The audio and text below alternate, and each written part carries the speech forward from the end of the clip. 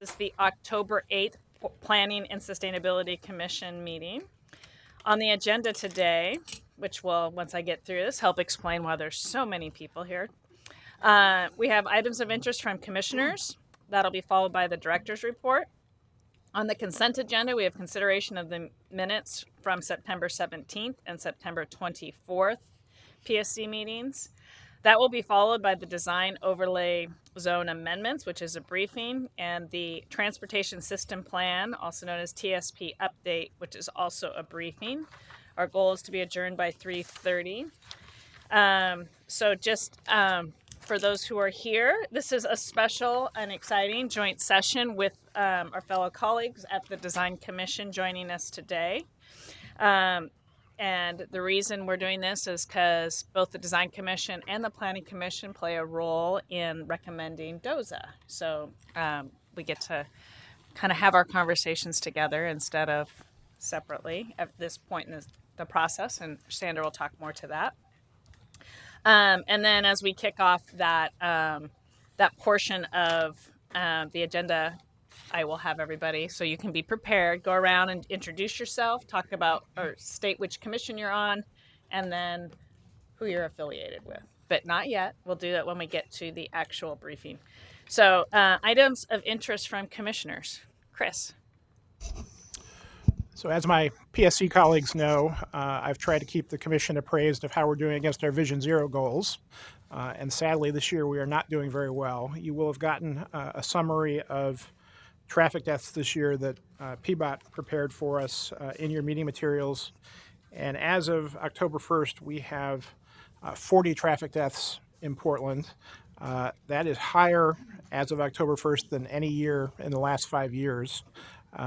So the trend line is not going in the right direction. We had a relatively good last year, but we're going to be even worse than we were in 2016 and 17, I believe. So an area that continues to need our focus. Thank you. Thank you, Chris. Are there any other items, Katie? Yeah, I attended an event that was a presentation by the economist Kate Rayworth, and it was very interesting. She's kind of she's a unique economist, kind of in a different position on the whatever you would call it, what economists do. But I found out at the end that she's affiliated with C40, and that Planning and Sustainability has been working with the C40 cities on a project. And I'd like to in the future maybe be updated once in a while on that project, because it was really interesting, and the presentation was great. And then I'm going to be attending a City Club event that has Anat Shankar Osario presenting, and she does messaging for left causes, and in a very unique and positive way. She also has I'm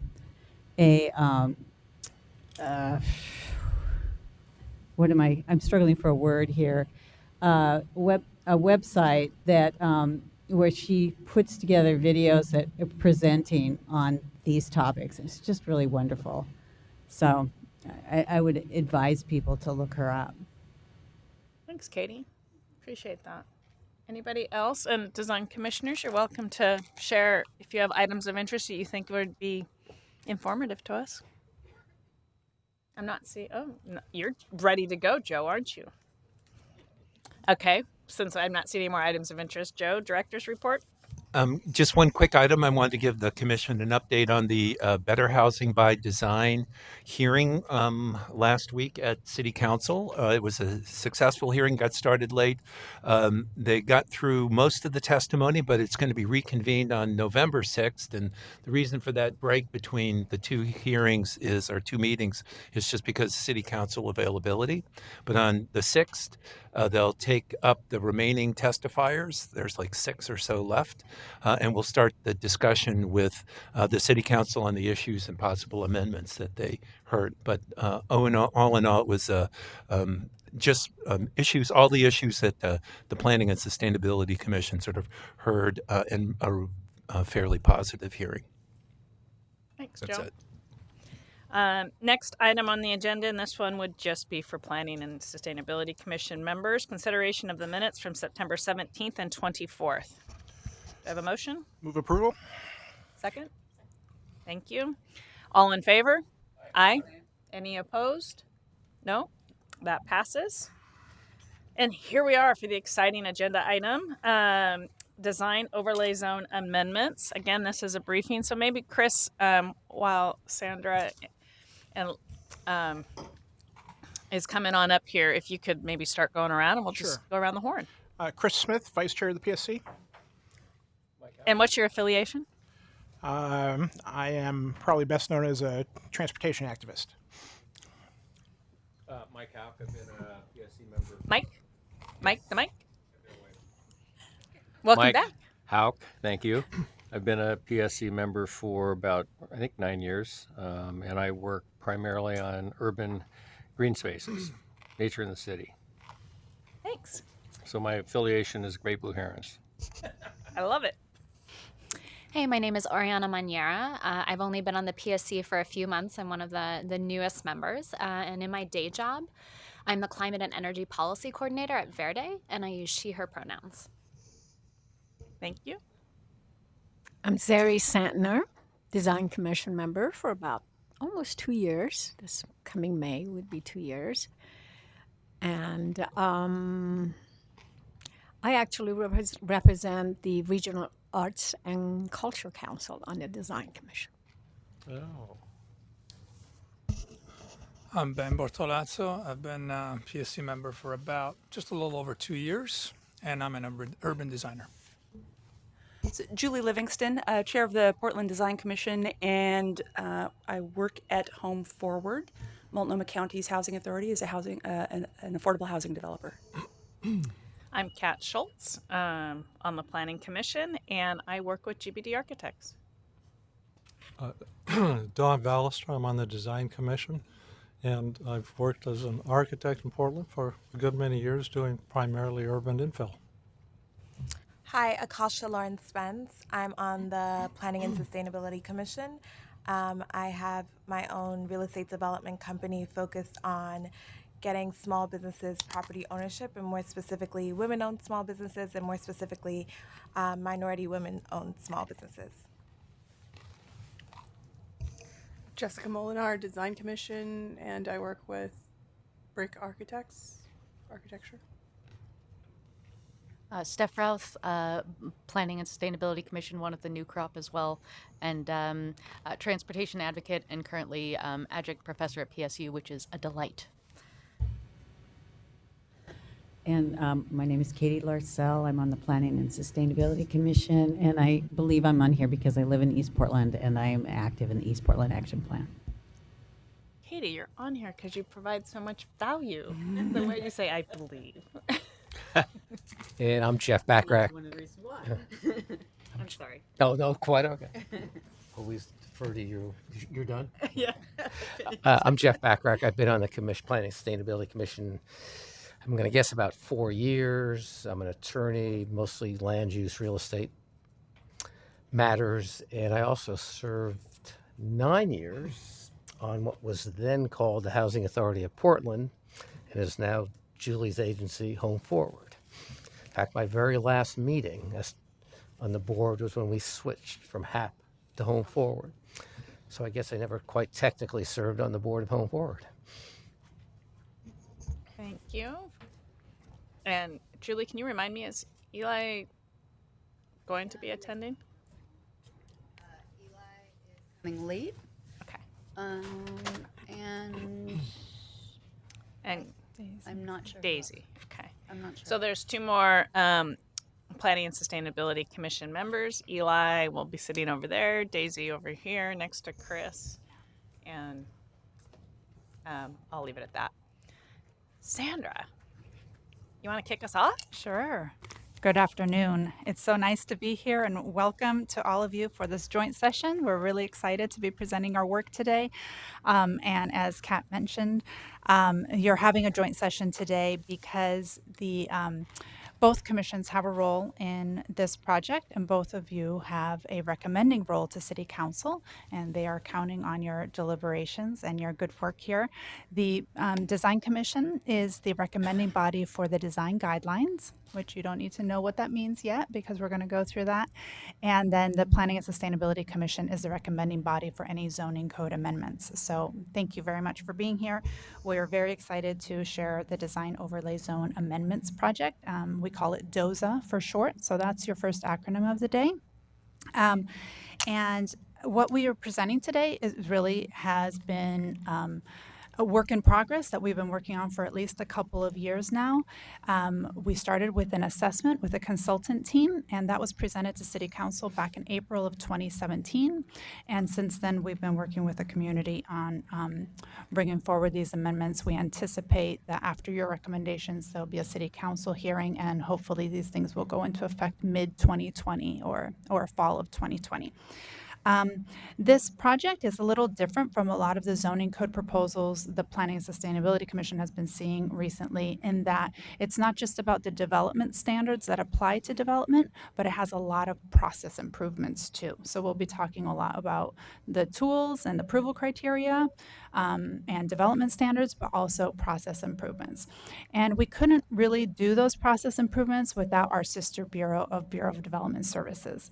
So BDS is the bureau that implements the design overlay zone right now with the Design Commission, and Stacy Monroe is here from Bureau of Development Services to represent that bureau and that work throughout the hearing and the work sessions.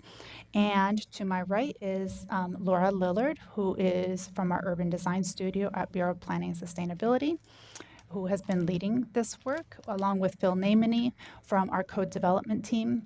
And my name is Sandra Wood, and I am here to, I'm the principal in charge of the DOZA work, and I'm also here to coordinate between the two bureaus. So today, we have about 2 hours in our agenda today. And we've already done the welcome introductions. We want to share some background, which is foundational information about design review and how design review works. Want to share so far what we've done with public involvement process, and then we'll get into our proposals, which is the meat of the matter. There's another section in our staff report called Future Work, and this is a documentation of a lot of things we heard during our public involvement process that isn't fully realized through our proposals. So we anticipate you will probably also hear a lot of testimony about that future work, and we tried to frame that up in our proposals, and we'll be sharing that. Our hope is to run through the PowerPoint today and the presentation, and that if you could hold your questions to the end, and we'll make sure that we're saving a lot of time at the end for Q&A and discussion among the commission. The timeline for the project, zoning code amendments is really an iterative process, and we have in February of this year, we published a discussion draft. That's the draft that we used to go talk to the public. We had open houses and a lot of discussion with a bunch of different groups. We hear a lot of public feedback, and then we take that input and create our proposed draft. So the proposed draft is what is before you today. That's what you'll be having public hearings on. And after you deliberate and make recommendations, your recommendation is called the recommended draft. And then we take that to City Council, and City Council has another set of public hearings. So the public has at least 3 chances to provide input to different bodies. This is probably the most complicated commission schedule I've had to work on. And this is an abbreviated form. In your packet today is a document that looks similar with black and blue font on it. But there were a few things that I wanted to bring to your attention today. The commissions will be working side by side for the first 2 meetings on this schedule. So that's today's meeting and then the hearing on October 22nd. Otherwise, the commissions are working separately after that on the pieces that you're working on. The next meeting on the schedule there, it's called Optional Meeting Design Overlay Zone in Practice, is really a placeholder. We know that everyone's coming to this conversation with different levels of knowledge and understanding about how design review works in practice. And when we met with the chairs, they had the great idea that we provide a boot camp, if you will, or an extra session for those who wanted to participate. So if you want to join us for that meeting, we are here to help you understand the nuts and bolts so that you can fully participate in this discussion. Moving on, your first work session labeled on this document as WS number 1. Both commissions will have a first work session, but you're not delving into what's in your purview yet. The purpose of that work session is to formulate testimony to the other commission. So in other words, the Planning and Sustainability Commission will be talking about the guidelines, so they can write a letter about testifying to the Design Commission about the design guidelines. And the Design Commission at their meeting will be formulating their testimony about the zoning code provisions and the standards to the Planning and Sustainability Commission.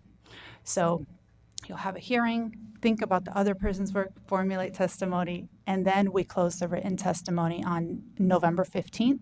That's delayed for this project because we want to allow you to provide testimony to each other. And then you have your work sessions. The final thing I'll mention about this is the last meeting on the schedule is called the 3x3 check-in. For those of you who have been on your commissions for longer, you might remember this word, the 3x3. It's basically 3 design commissioners and 3 planning and sustainability commissioners. And this was the group that helped us during the assessment, and we meet for all of these logistics of these types of things. So our thinking here is that both commissions are deliberating, but neither commission makes a vote or final recommendations until the 3x3 meets to regroup and see where we are. What we don't want to happen is that one commission is going this way with their recommendations and another one is going this way with the recommendations. So that'll give us a moment of pause to regroup with the group. And then I'll have a similar schedule at the beginning of the year, but we don't have to get into that. One final thing. The chairs also were really interested in as much cross-pollination between the commissions as possible as we proceeded through the schedule. So you're welcome to attend each other's meetings. The PSC meeting, the Planning and Sustainability Commission meetings are live streamed and televised, so like today, so that's really easy for the design commissioners to attend. The design commission meetings are an audio recording, so we can send you those audio recordings to listen to also. The chairs were interested in at least one person from each of the commissions attending each other's meetings. So as we move forward into November, we'll probably do like an items of interest to see how to ensure that cross-pollination. Okay, enough housekeeping there. So what is our proposal? The DOZA project proposal consists of 4 volumes, and by volume, but they're not that big. So I just want to say that the staff report, volume 1, is this document here, and it includes a summary of the proposals, the background information, and the reasons, the whys of why we're proposing each of the proposals. Volume 2 is the zoning code and zoning map amendments. That's within the purview of the Planning and Sustainability Commission, so this will really be the technical recommendation from the Planning and Sustainability Commission. Volume 3 is basically a rough draft of what the new Portland Citywide Design Guidelines will look like, and this is within the purview of the Design Commission. And finally, Volume 4 consists of 4 appendices. Appendix A is documents BDS's administrative improvements, and Stacy will walk you through that when we get to the proposals. Appendix B includes a housing affordability memo that we received from our consultants back in 2017, but we thought was pretty pertinent to how design review affects housing affordability, and that you would probably want to read that. Appendix C is a document of what we heard during our discussion draft phase. Of course, you'll be receiving your own testimony, but this is a documentation of our phase of public involvement. And Appendix D is long. It's about 200 pages. And this is a documentation from our consultants, DECA Architects, who really tested our standards and guidelines with drawings and designs and worked with the community to get feedback on that. And that really informed the work that Laura will be presenting and Phil will be presenting today. So it's definitely worth a look through, but we did not print it because it's so long. Okay. And with that, before we go into our proposals, I've asked Laura to share 6 slides on the basics of design review. I think understanding the terminology and the legal framework of design review and where it's applied will really help both commissions in the deliberations and the work that you'll be doing. So with that, I'll pass it on to Laura. Okay. So like Sandra mentioned, we just wanted to first take a step back before we get into the proposals today and just visit design overlay zone basics, where it sits in the zoning code, where and how it's implemented, including our 2-track system. So that's a phrase you will hear a lot today and through the process. So we're going to explain a little bit about what that means. And I think we're going to pause. Okay. Make sure all our commissioners are at the dais.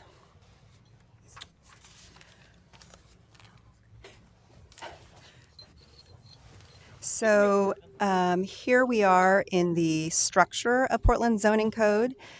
All sites in the city have a base zone, and some sites are also subject to overlay zones and plan districts. Base zones state which uses are allowed in each zone. As Joe mentioned, you all have recently been discussing in the Better Housing by Design project the multi-dwelling zones, so that's an example of a base zone. Overlay zones provide regulations that address specific subjects for different areas across the city, and design overlay zone is one of those. Plan districts provide regulations that are tailored to a specific area in the city. You may recall that the Central City Plan District recently went through a large overhaul with the CC 2035 plan. So that's an example of a plan district. Both overlay zones and plan districts are applied in conjunction with the base zone, and they modify the regulations of the base zone. These extra regulations sometimes are additive, and sometimes they replace the regulations of a base zone. And then the last point I'll make is that overlay zones supersede base zones, and plan districts supersede overlay zones. So just to orient you to a map of Portland's existing design overlay zones, this is the city of Portland. Let's see if my arrow works. And you can see the Willamette River, the Central City hugging both sides, Columbia River on top there. All the areas in blue have the D overlay today. Central City, with that large center in the middle there, and Gateway are our largest centers. And state law allows the city to require discretionary design review in these 2 areas. We don't have to, but the state allows us to do it. And these are the only 2 places where this 2-track system does not apply today. And I'll cover that in a moment. The other circles on the map are our town centers. They also all have D-overlay. Some recently added D-overlay with the adoption of the comp plan in 2018, because we recognize that growth in these areas has the potential to be very transformative. And at the time, not all of them had design overlay. So we wanted to rectify that, specifically in Division Midway and West Portland, parts of Lentz and Killingsworth interstate areas. Our neighborhood centers, I have not circled on this map. We'll talk about those a little more when we get into the proposals. And some of those, but not all, have design overlay. Many of those neighborhood centers were just added in the comp plan update to have design overlay, mostly near the central city, where development pressure and growth potential is quite high. So this is a snapshot of Portland's long history of design review. It started in downtown, and it really took off after Portland's 1972 downtown plan. Portlanders recognized this national trend of abandonment of downtowns and the lack of street life and vitality in new development during the 1950s and 1960s that responded to sort of this dominance of the automobile. And design review really brought attention to the design of buildings and their role in contributing to the public realm and to street life and the character of downtown districts. So the purpose statement for design overlay at the time really had its roots in conservation, as downtown has some of the oldest districts. And the purpose statement focused on special scenic, architectural, and cultural qualities of a place and in promoting vitality. In the 1990s, as you can see, design overlay zone expanded to outside of the central city for the first time into the Albina neighborhood. And at that time, the city and state determined that requiring design review everywhere was too costly and it took too much time. And that is when they introduced this two-track system. And I'll talk about that in a minute. I know I keep talking about two-track system, but I'll get into it in the next slide. So over the years, as you saw on the map that I showed you previously, the city has added areas to de-overlay with this incremental adoption of neighborhood plans. And the purpose statement, likewise, has been amended as this has been happening to include areas of high density near transit. That happened after Gateway was added, which really speaks not only to the character and to the vitality, but also to the role of a potential future of a place. So fast forward to 2018, and we have more expansion to town centers and inner ring neighborhood centers. And de-overlay has really been intentionally added to areas of change and growth. So all of this to say, design overlay a little bit is about what's there now and also thinking about the future of the place. Important to keep in mind throughout this entire time period, the updated base zones have also improved the design of buildings with other regulations such as main entry requirements, ground floor window requirements, et cetera. Okay, our two-track system.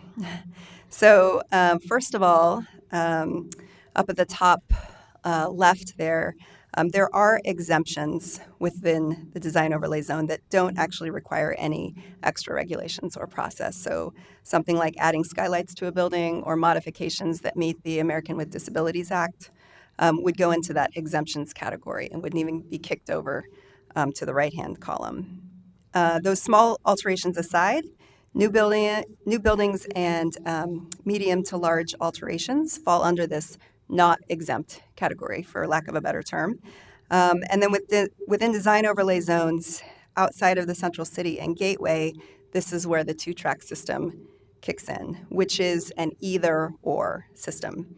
So development can either go through a design plan check at the counter by meeting extra regulations called design standards, or applicants can go through discretionary design review because they choose to or because they can't meet one or more standard. And so they go through discretionary design review, and for this review, they use design guidelines.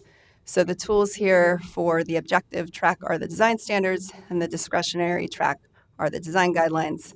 And then if you follow sort of that far right-hand column within the design review bucket, depending on thresholds, there are two options.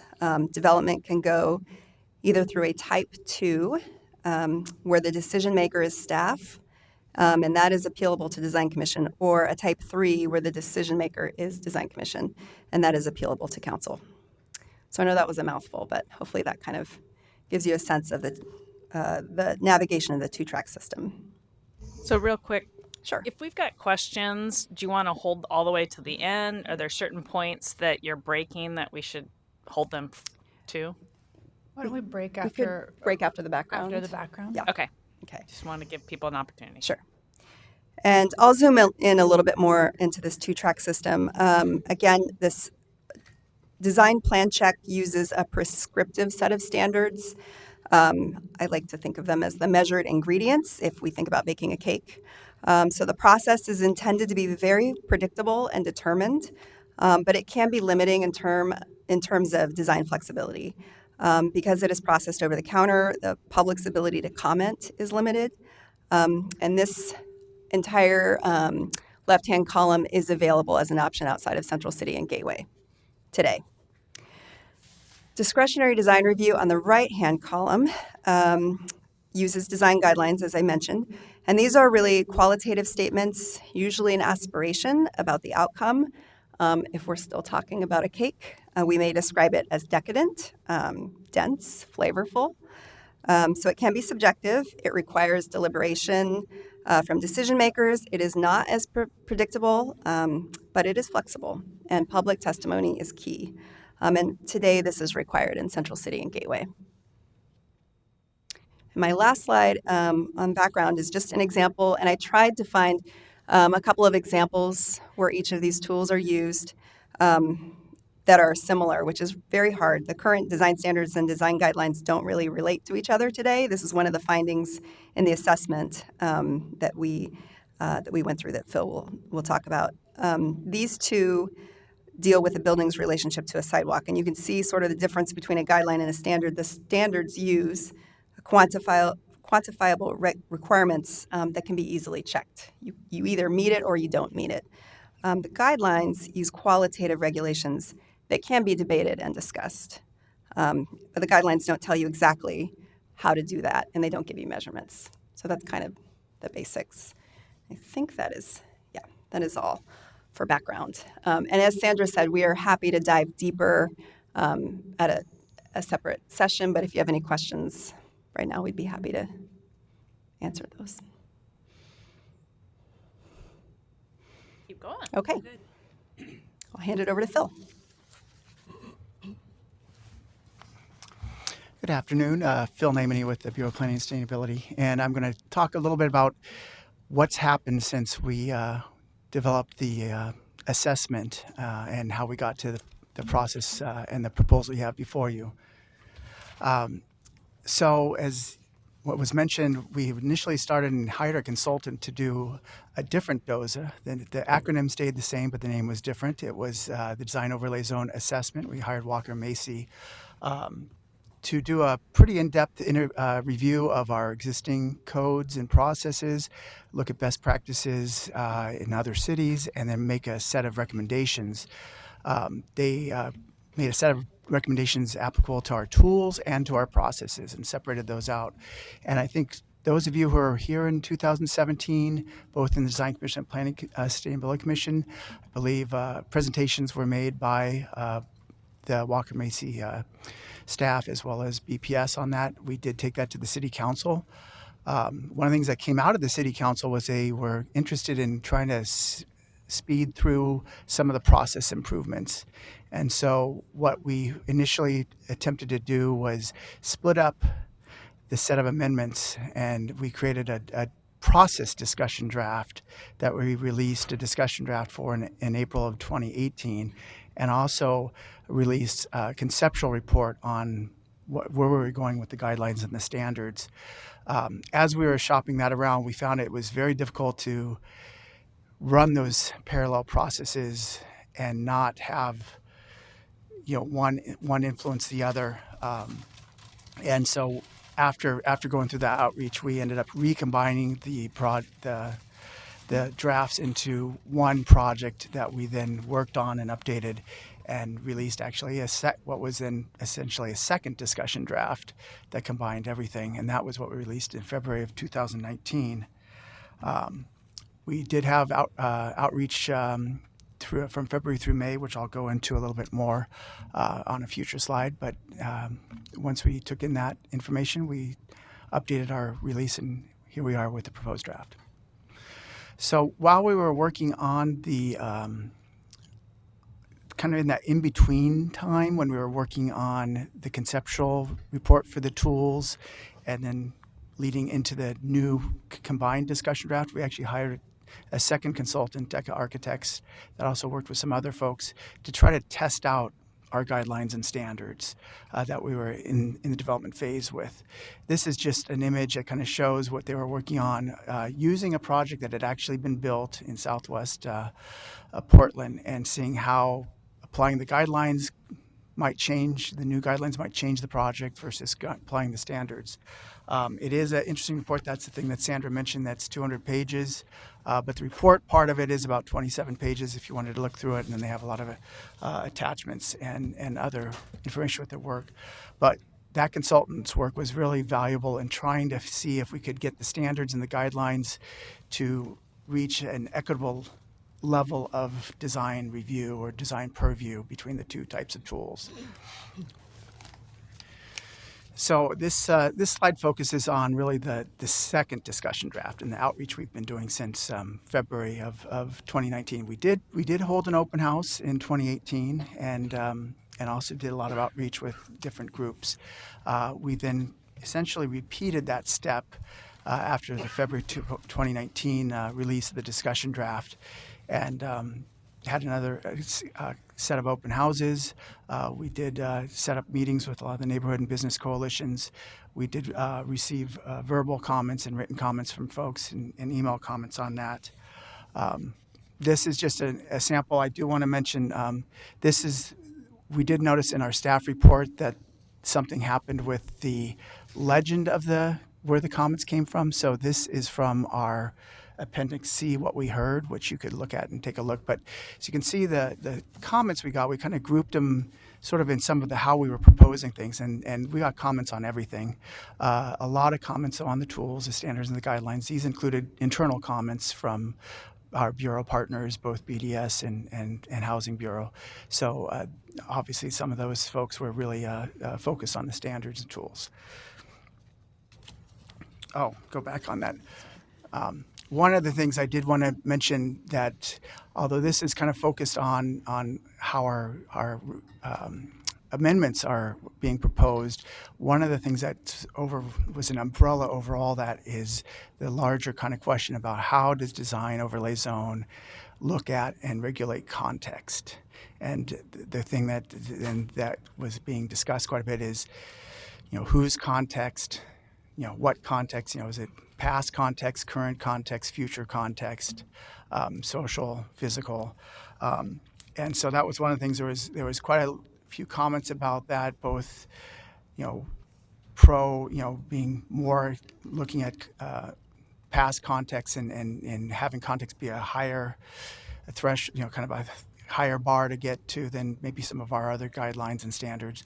Other comments came in and talked about, well, what about what our comp plan says should happen in 20 years? That should be the context. So there's a lot of conversation and discussion that happened about that. One thing I did want to mention was, the discussion of context and how guidelines and standards should apply has kind of grown to the point where there's actually a group that's proposing a set of what they call their Main Street design guidelines. And we had quite a few conversations with them. One of the things with the discussion draft that they were a little concerned about was they had submitted quite a few sets of comments that were based on a form letter that they did from their own outreach, and they were hoping that that would be looked at as individual comments, and we looked at that as one set of comments, or kind of like a thing that kind of strengthened this person's proposal. And so there was, you may hear some commentary about, whether we did or did not incorporate the full range of the comments on those. But a lot of the things that they were concerned about are some things that the Planning and Sustainability Commission had discussions of during the comp plan amendment, height and bulk, being sensitive to historic areas with a little h, maybe not historically designated areas, but the streetcar area, main streets, the idea of stepping back buildings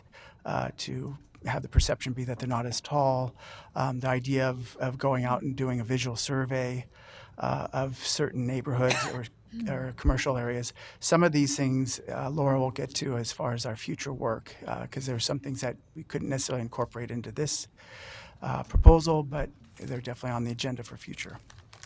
Okay. In between, all right. Just in between the two, could you tell me what group that was that proposed that Main Street proposal? Well, they initially were called the Division Design Initiative. They've since also been talking to a lot of other sort of more close-in neighborhoods, such as Woodstock, Selwood, Westmoreland, and they do have their own sort of set of guidelines that they're interested. We've had some meetings. We feel that some of our proposals actually get at that in a format that meets our two-track system.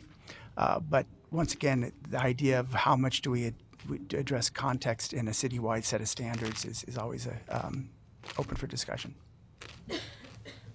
Okay. Do you have a question? Yeah, Go ahead, but then I'm going to say we're already 10 minutes behind. So I'm going to ask after you wrap it up, and we'll let anybody else have a question just to be fair. And then we're going to compress and just go straight to the end with questions. So please write your questions down. Well, Just I can otherwise, they're wait. not going to get through. Okay. Anybody else? Great. Thanks, guys. Okay, so let me just jump into the meat of this.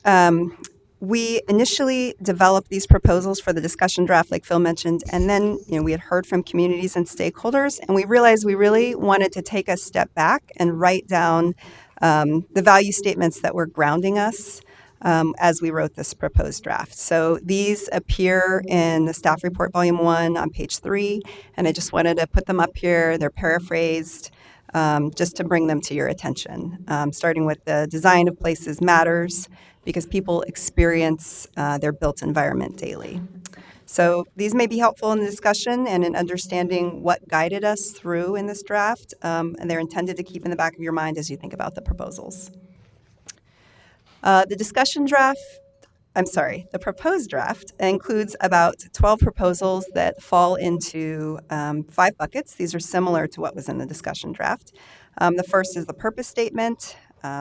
The second set is about the map amendments. The third bucket is about thresholds, including exemptions, what types of development can use design standards, triggers for types of review in design review. The fourth really is about the process for reviewing projects in design review, so both the code and administrative changes. And then number 5 is all about the tools. So you've heard a lot about these, the design guidelines and the design standards. One of the recommendations from the assessment was really about the purpose statement, just to clarify and revise the purpose statement to meet the goals of the comprehensive plan for these areas. And I've shared with you how the purpose statement has evolved to reflect growth and desired future character as well as existing character. Because the city has recently continued to apply design overlay in areas where we're growing, we wanted to take this time and confirm and assert that design overlay is a tool for shaping areas that will evolve in the future to take on more growth. Some of these areas have an established context, and for some of these areas, new development is actually setting the context because it's transforming from a place that may include large intersection with parking areas with a few buildings or a station area with scattered amenities. So it's really about how do we make these into a city and a place designed for people. So that's where we started, and we took the words directly from our comprehensive plan. I like to say we grafted language specifically from chapters 3, which was urban form, and from chapter 4, which is design and development. And we also listed out these 3 tenets, build on context, contribute to a public realm, and promote quality and long-term resilience. And these are really central to our current design guidelines today. And it's also something that we heard a lot from Design Commission about how they organize their deliberations. So we wanted to really assert these in the purpose statement. And some of you may recall that we actually took this purpose statement to the PSC and to Design Commission in 2017 as we were developing our work plan to get your initial thumbs up. And it was just really important for us as the foundation for all of our work that we are presenting to you today.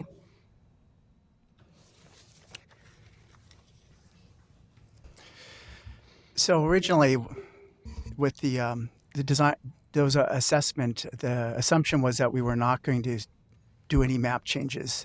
If you recall, the comprehensive plan map amendment was going through and updating all our maps for base zones and overlay zones.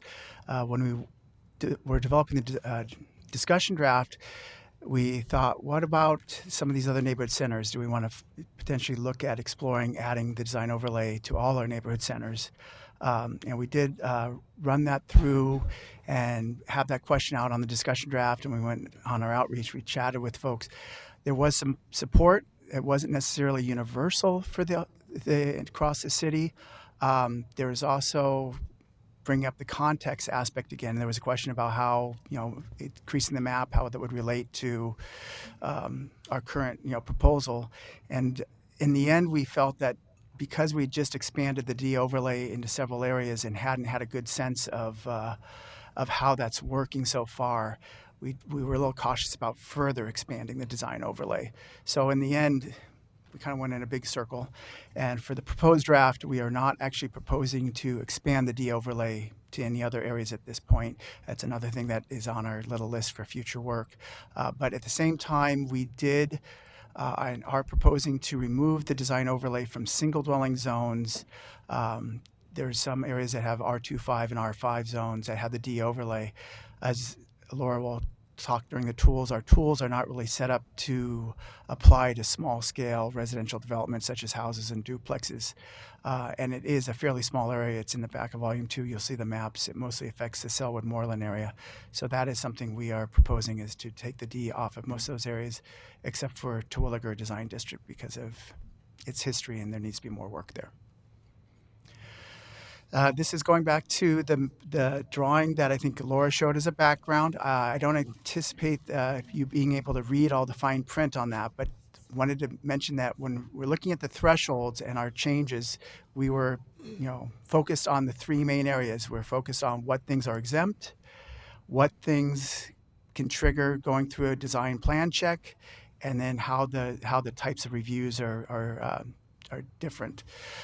So a couple quick things to talk about for the exemptions. Similar to what we were proposing with the map, we are proposing that residential development of up to 4 units, whether it's a new development or an alteration to an existing building. If it's 4 units or less, it is we're proposing to be exempt from going through the meeting any kind of design overlay fees. We are expanding some of our facade alterations and things like that are exempt. Some additional things for rooftop equipment, we're expanding the exemptions for that. Under the plan check piece, we are, in addition to the current allowance that allows residential or mixed-use development to go use the plan check for up to 55 feet tall, we're keeping that. We are expanding if somebody's proposing a commercial-only development up to 40,000 square feet in area that they can potentially use the standards. Currently, it's at 20,000 square feet. The other thing we want to point out on the plan check is in the Gateway Plan District, which currently always has to go through a discretionary design review, we are proposing that smaller scale development in Gateway up to 35 feet tall can use these design standards as an alternative to go through design review. And then lastly, for if projects elect to or are required to go through design review, we have shifted the table, which is currently based on dollar value that determines what type of review it is. We are changing that to be based upon basically height and scale of the building. So outside of Central City, if a building's more than 80,000 square feet or more than 65 feet tall, it would be a type 3 review. In addition, we currently do not have a type 1 design review process, and we are proposing a type 1 design review process for smaller scale facade and roof alterations that perhaps can't meet the exemptions. And the type 1, the main difference on that is it's a staff review that's not appealable to a local commission. It would have to go to LUBA. The Central City, we're sort of keeping that piece the same kind of idea, except of course there's no design plan check option.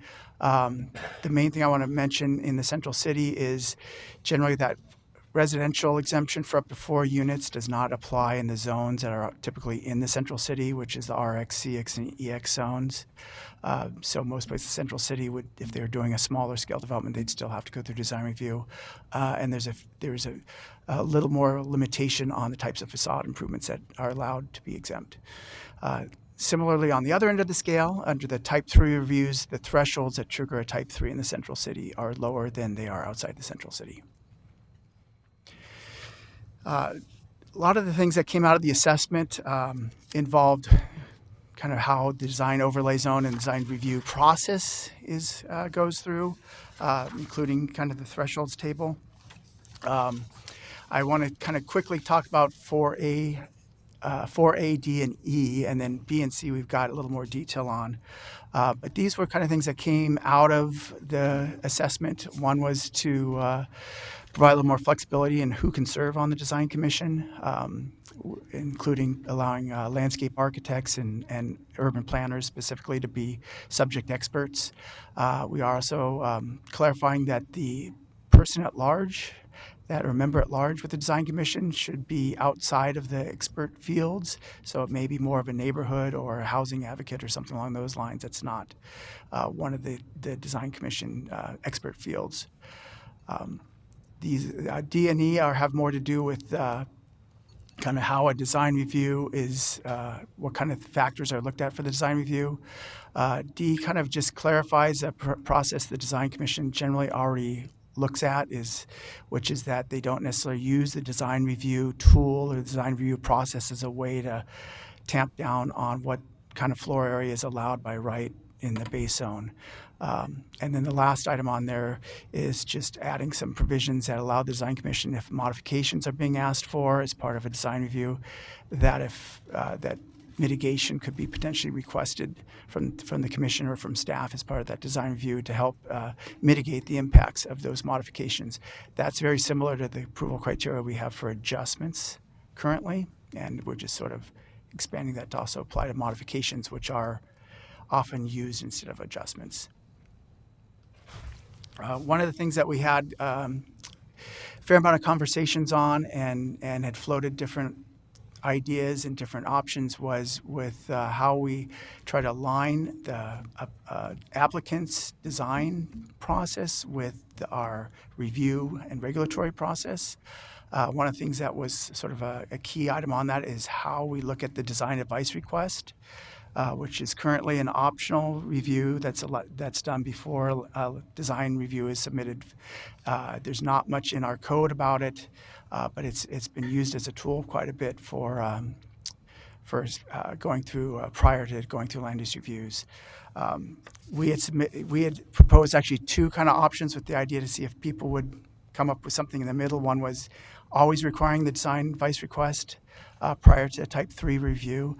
The other was to basically outlaw going through and having a design advice request.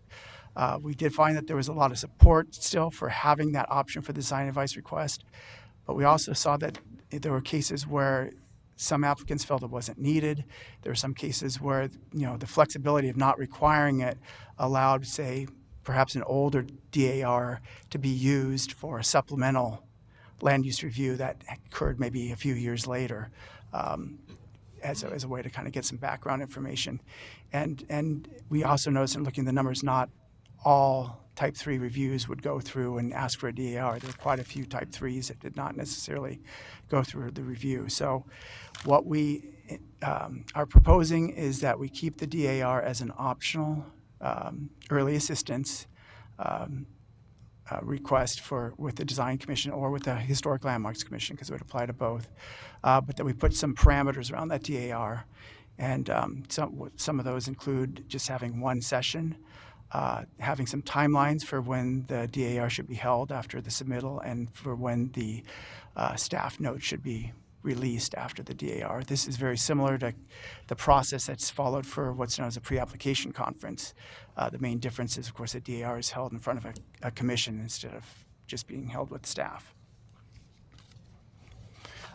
For those of you who've been following the process, this was some drawings we were using to help us understand, like, when is a good time to be able to have certain types of review processes. When could you have the most flexibility to be able to change elements of a project? And what we felt is, having the optional DAR and having it be potentially something that can have conceptual drawings allows it to happen the concept design phase earlier in the process, where certain things are more likely to be able to be changed, not get locked in, and by inference, then potentially can pull the land use hearing a little bit sooner in the process. But ultimately, these decisions are always made by the applicant, so we can't necessarily force it to happen early on. But the idea is this does allow the DAR to happen at the similar time as the pre-application conference. I think with that one, I'm going to pass it on to Stacy, and she's going to talk a little bit about the administrative improvements that BDS is doing. Hi, good afternoon. So with the assessment, there was a conclusion that the design review and DAR process could benefit from some clarifications and efficiencies. So design review staff has been working on these amendments since the middle of 2017, I believe, when the assessment was adopted. And we've documented our efforts in this administrative report. You can find a copy in the appendixes A. You can also find it on our website. And it's a full report that documents all of the tools that we've created to improve the process for all who participate, which is the public, the Design Commission, staff, as well as the applicant. So I just want to briefly show you a few of the things. We've done a lot of hard work. For the public, we've created these information boards at the hearing. It helps the public navigate the system in terms of what the commission's reviewing, a DAR, which is advice only and not a land use decision. So it gives you all the information on how to participate, when to participate, what we don't review, other resources that you can access if your questions don't fall within the purview of the commission. We also have boards for design review. So these tools were specifically created for the public to ensure that they can participate in a meaningful manner. Just real quick, was everybody able to hear that? I'm sorry. Yeah. Okay, I'll just leave making them, sure. I'll leave them up and you're welcome to take a look at them. So for the applicant, one thing that we've done that's been very beneficial is we've created a DAR information and submittal handout. It's kind of one-stop shopping. There was some inconsistencies in the DAR process since it was not in the code. So this was staff's attempt to share all the information for the applicant so they understand what's reviewed in the process, what's not reviewed, and what to submit. For the commission, we adopted bylaws. We also created supporting hearing material like guideline matrices, terminology sheets, and they've also done extensive training, including equity training. And for staff, we've created numerous documents that we generate often to save time and to provide consistency among our products. And also for the public, we've improved our agendas so they have start times so the public knows when an item they're interested in is going to be on or estimated to be on so they can schedule their time accordingly. So with that, we have an active work plan with other improvements that we're continuing to work on. And that's it. All right, tools. So this is the last category in the proposals. As you recall from the purpose statement, the three tenets, which are seen in that middle column there, support, design overlay zone, the context, public realm, and quality and resilience. We are proposing a total of 10 guidelines in Volume 3. This is a much shorter set than the 16 in the current design guidelines. So this is the current set of community design guidelines, which is what we are replacing for design overlay zones. We really tried to delete redundancies in the guidelines and put forward one idea per guideline. Many are consistent with the current guidelines, such as maintaining a pleasant sidewalk level of buildings or minimizing parking and utilities, providing seating areas, but there are some notable shifts, and I'll spend some time on that. I want to talk first about the 4 context guidelines. So a new approach for these guidelines is that context telescopes in scale from thinking about the big picture of the citywide context and the future desired character described in the comprehensive plan to the unique site-specific features on the site itself. So there are 4 scales to actually think and discuss about context. I also just want to highlight 4 new approaches in the guidelines themselves. We have the 2 guidelines about context and 2 about quality and resilience. The first guideline really sets up a more deliberate relationship between new development and the future aspirations in the urban design framework map of our comprehensive plan. So at the biggest picture scale, there are layers that should be integrated when thinking and looking at this guideline. The pattern area, which is determined by how and where a city was developed over time, what features define it broadly. These pattern areas apply to every site, western, eastern, inner, and rivers. Central City is our 5th pattern area, but it doesn't apply because these guidelines don't apply to the Central City. If applicable, some sites are also within centers, along corridors, or within transit station areas, and you can actually find your site in relation to the urban design framework from the link that's provided here and in the guideline. And so to see what that looks like, this is an example. We've developed a mapping tool for applicants, the public, and decision makers to determine sort of the basic geography of each site and the future aspirations of that site from the comp plan's urban design framework. So this is an example of a site along Division Midway. It would tell you that it is in the eastern pattern area, it's within a town center, and it will also tell you that it's along a civic corridor, and it will share what is the design response to those items. And it will also tell you that it's not within a transit station area. I just want to note that this is not the map app for public testimony. This is a separate mapping tool that will live beyond the DOZA project, and it will go hand in hand with Guideline 1. Guideline 2, build on character and local identity. This is really, I think, the heart and soul of the context guidelines. We've gotten quite a bit of feedback about character and local identity, as Phil mentioned, and often that is a very intangible quality. It's very important, so it warrants a lot of discussion during design review. We're pointing applicants, the public, and decision makers to draw inspiration from the community, from the architecture and nature, in thinking about defining character and local identity. We don't have specific character statements about each area to forward this guideline. There are ideas in the future work, which I'll get into in a moment, that is related to that idea, but that's not in this proposal. So we've put together a list in Guideline 2 to describe how character and local identity are defined, and we actually added quite a bit to this list after feedback from the discussion draft. So I'm going to leave the context guidelines and jump into the other new approaches. These are Guidelines 8 and 10, and they're both under quality and resilience. Guideline 8 asserts that quality is not just about the building in terms of its materials or its construction, but also about the whole site and how the site's design relates to the quality of the experience for workers and residents and visitors. And this approach for the whole site is new. We think it's more responsive to development that we see in sites that are bigger and deeper, particularly within our eastern and western pattern areas. And then Guideline 10 includes how we design for resilience. So this is really thinking about the adaptability of a building over time and its carbon footprint. Many designers are thinking about this and doing this work anyways, and we really wanted to raise the bar and promote awareness of our climate action goals by weaving this into this holistic view of the site and the building. I'm going to switch gears now and talk about standards. That's on the left-hand column. Standards are also organized around these three tenets.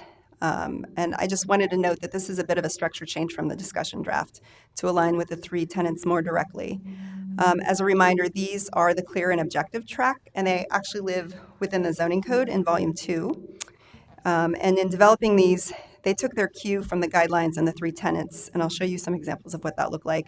And as Phil and Sandra both mentioned, we worked with 3 architectural teams to develop the best ways to meet each guidelines to develop the standards.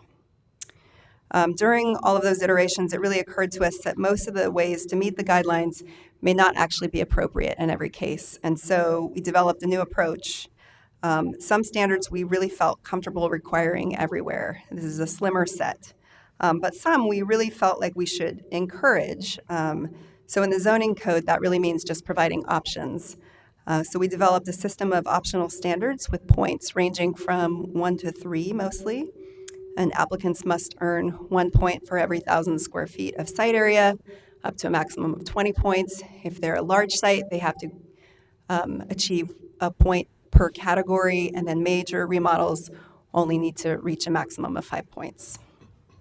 So this is really a departure from our current standard approach. And unlike our current design standards, it really allows applicants to tailor the design to be more responsive to context by being able to choose the best response for each site that still meets the objectives of the design overlay zone.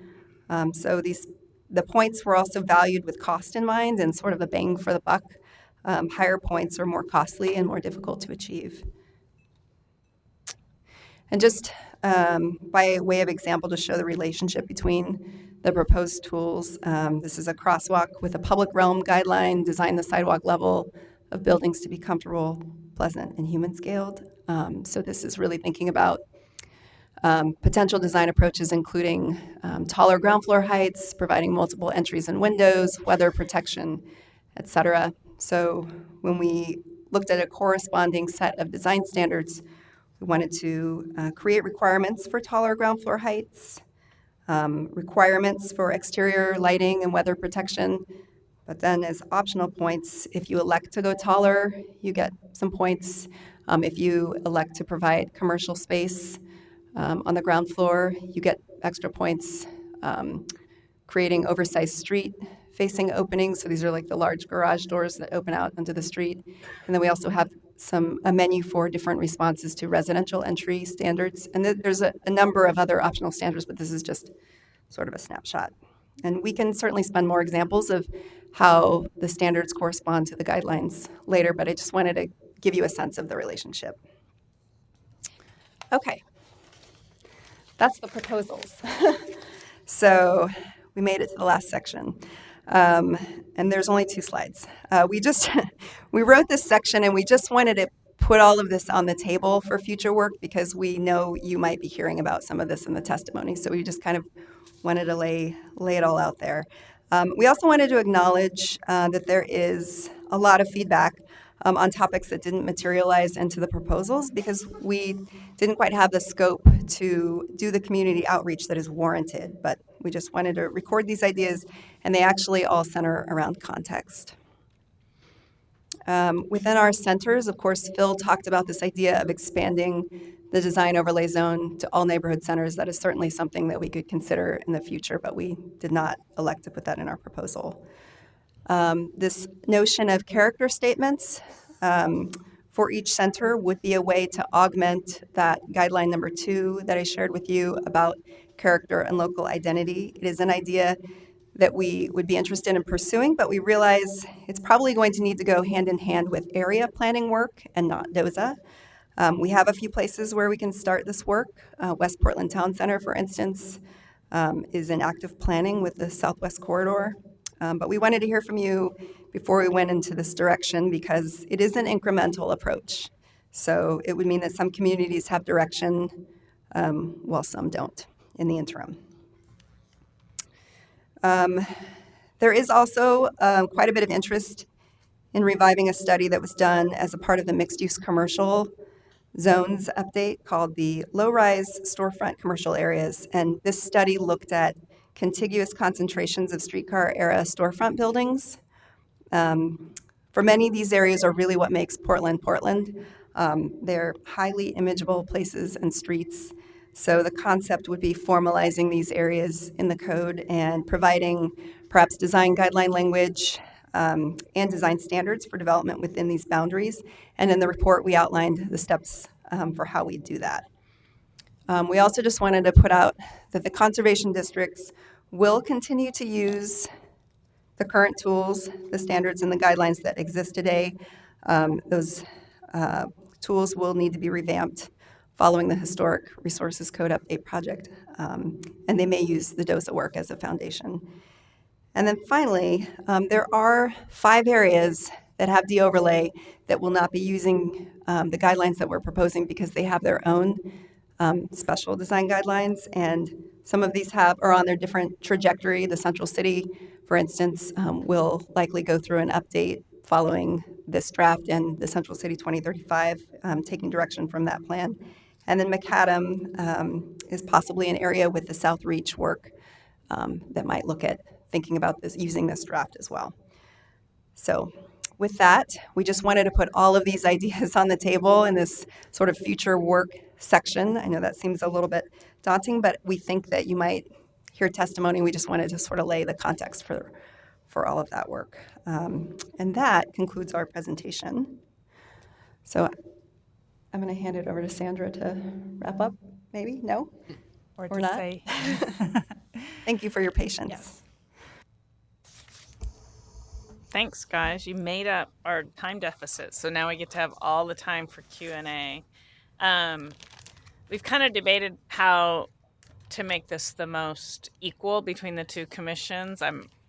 There are so many of us planning commissioners to each of the design commissioners. One thought we had is go every other. So maybe we'll start that way, just to make sure that all the design commissioners have an opportunity certainly to get their say. And if it seems like it's getting off balance, Julie and I will powwow over here and figure out if we can come up with a new game plan, if that sounds good. So, Mike, I did cut you off. since you had your hand up, I'll start with you. And then for whatever it's worth for the design commissioners, usually what we kind of do is we just raise your hand and I'll start going this, that, the other. And so I'll kind of try to keep a running tally. This might not work, but we'll give it a go. Sound good? Okay, Mike. Well, first of all, great presentation. I read through a lot of the material, and this is very helpful. And I plan on participating in the boot camp, I think, as well. This may be in the category of be careful what you ask for.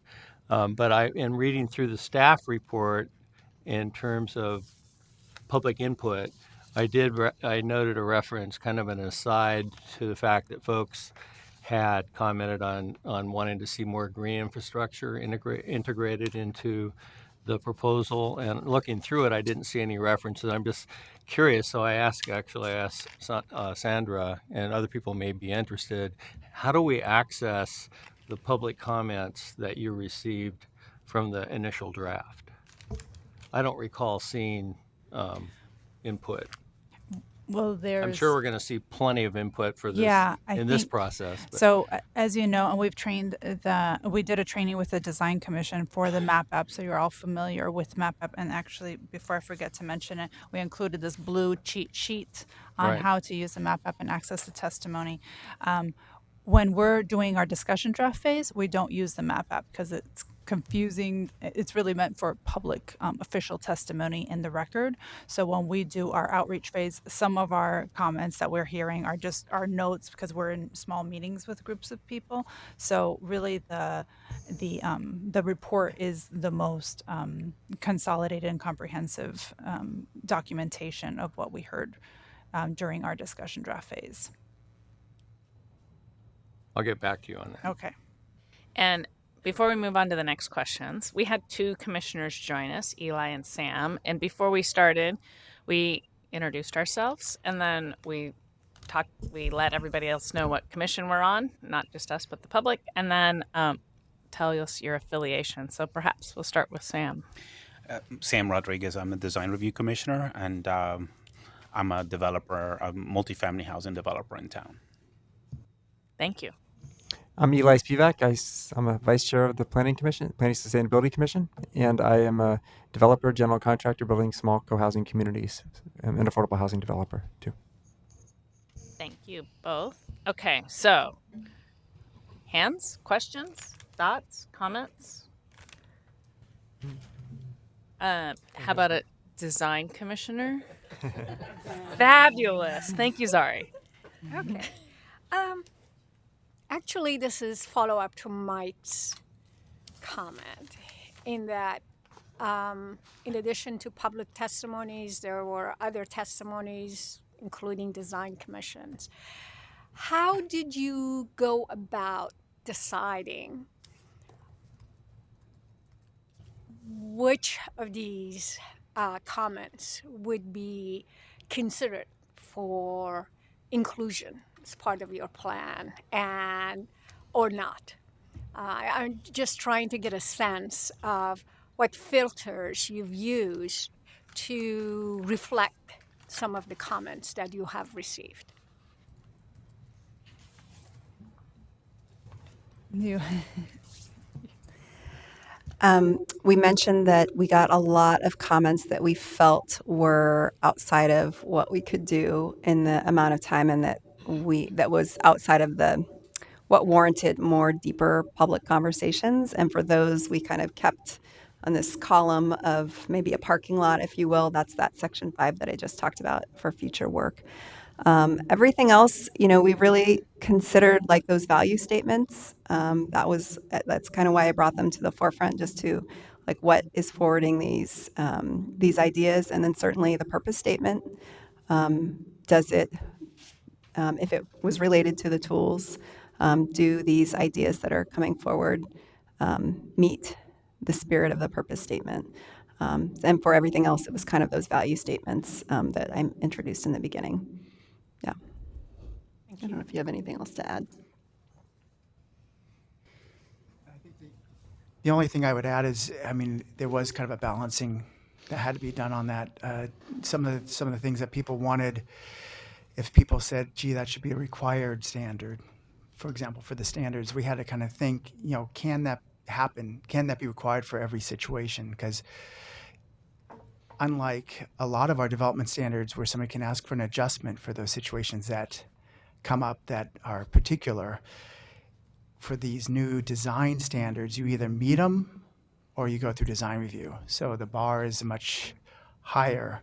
And so I think this was some of the things that actually came up with the green building piece is I think we potentially addressed and created a couple more optional sustainable building and green building practices, but the idea of whether they could be required was potentially problematic because we didn't want necessarily somebody to say, well, I can't meet this, so now I have to go through design review. So that was kind of the balancing piece we had to do on those is to kind of determine, what we can do that's sort of can accommodate most development without creating an undue burden.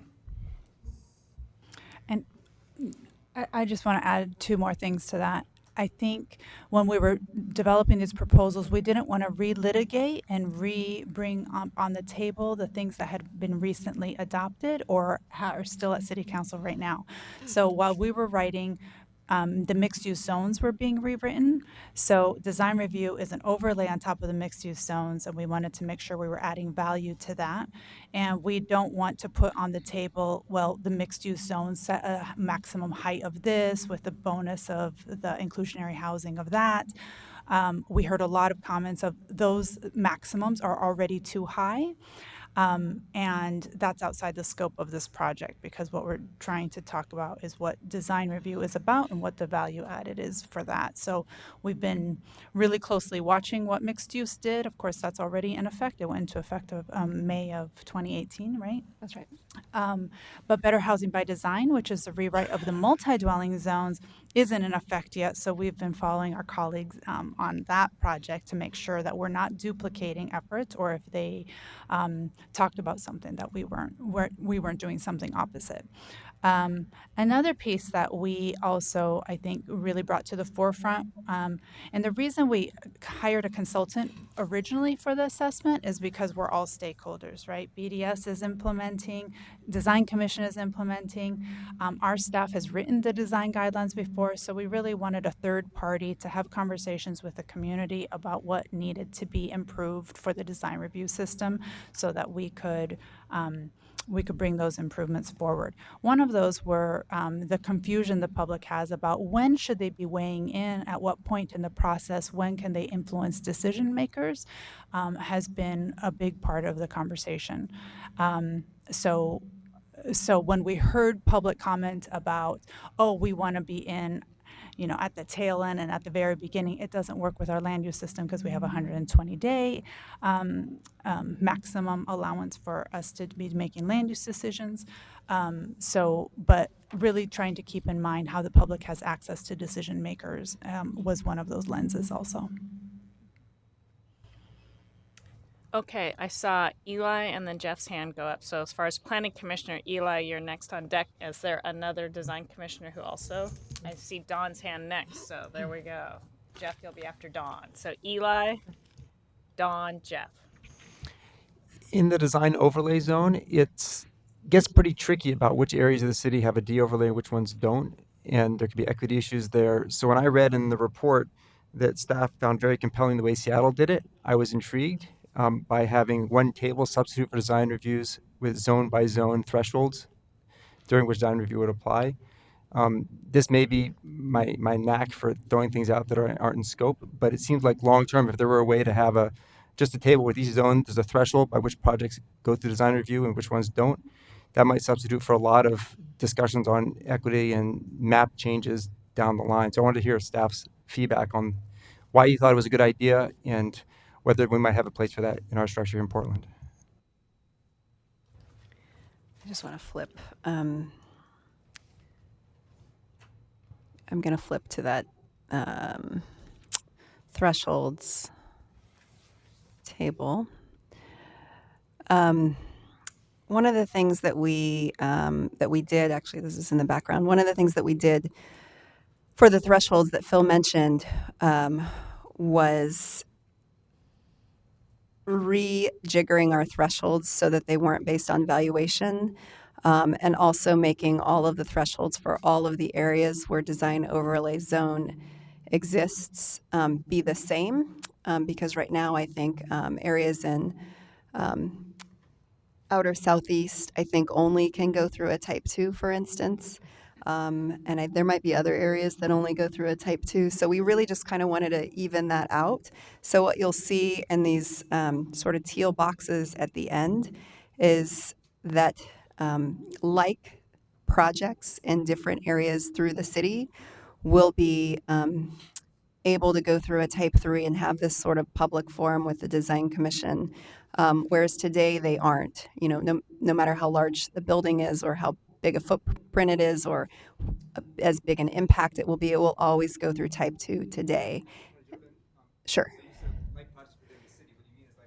Within the design overlay. Eli, your mic's not on. My question is, why not have it like projects within the city, like you just said? And I think what Eli's referring to is in Seattle, they don't have a design overlay map. Right. It's everywhere in the city. If a project hits a certain threshold, it goes through design review. And we were really compelled by that idea also. We went up to Seattle, met with their planners and worked with them. They have 7 design boards in Seattle. That was one of the things we learned. What? Yeah, but one was the workload, and they have 7 design boards, each by neighborhoods. The design commission actually doesn't look at private development. They look at only public dollars and how public dollars are spent in contributing to the public realm and design of the city. So we too were really compelled by this, and we documented it in section 5. One of the reasons we didn't go that way is because when we talked to community members, they really brought to light that the economics are really different throughout the city. In Central City, you've got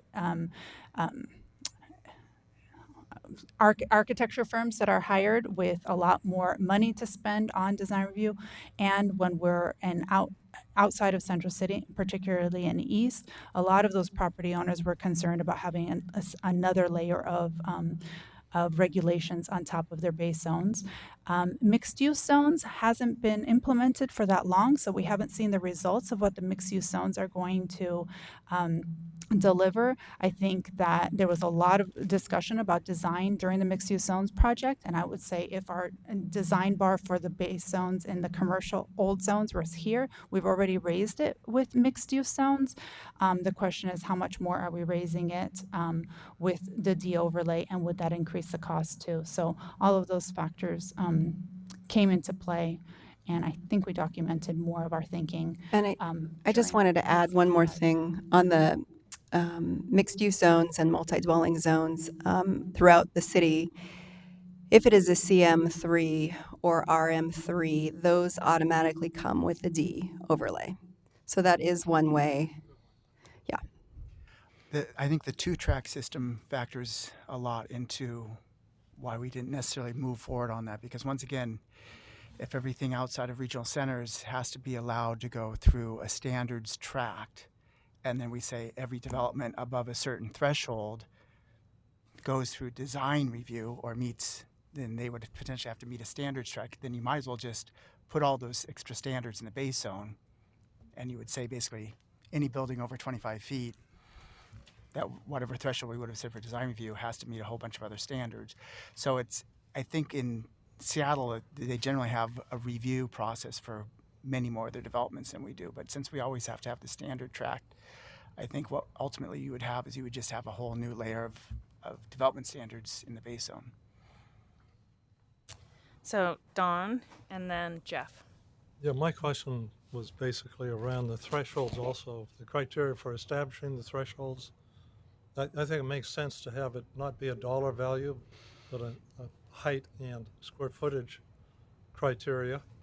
But in some cases, for example, the Far East Side, that 80,000 square foot threshold seems pretty darn high. How did you come up with some of those thresholds, criteria for requiring review or not, or type 3 as compared to type 2?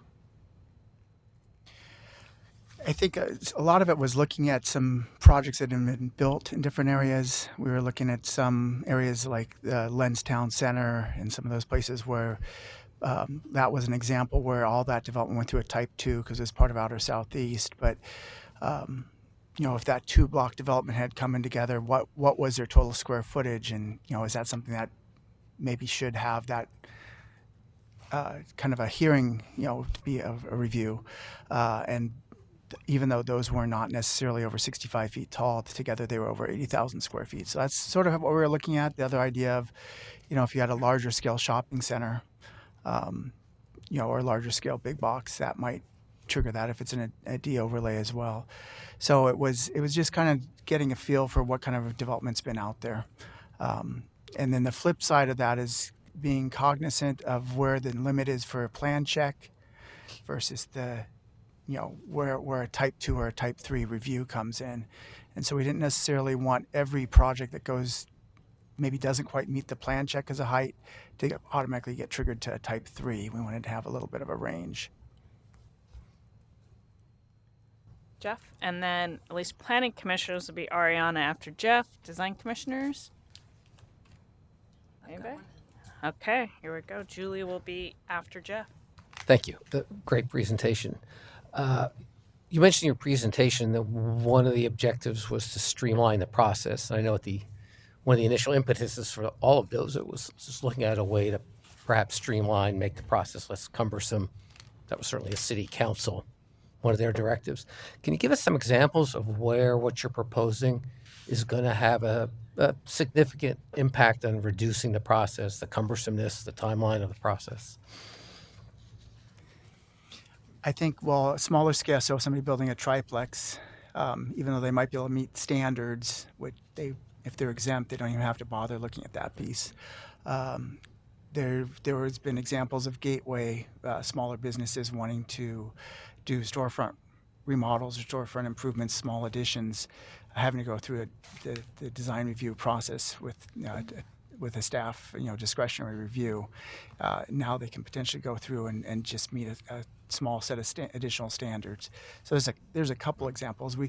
There's several places where we were trying to get at that, but I don't know that if we went as far as say the assessment stated. I think the assessment suggested having a larger amount of exemptions and things like that. But we felt since we still have this ability to have standards as an option, that we kind of default to maybe having some of those go through additional standards. But so for larger projects that are not going to be exempt, that'll be in a type 2 or type 3, will they see any noticeable streamlining of the review process, or was that ultimately not one of the outcomes you were able to achieve? I think some of the process improvements that Stacy went through that are more on the administrative end were all aimed at sort of clarifying the process and making it a lot easier and more accessible for the public and for the decision makers. So that was one of the things I know that BDS worked at.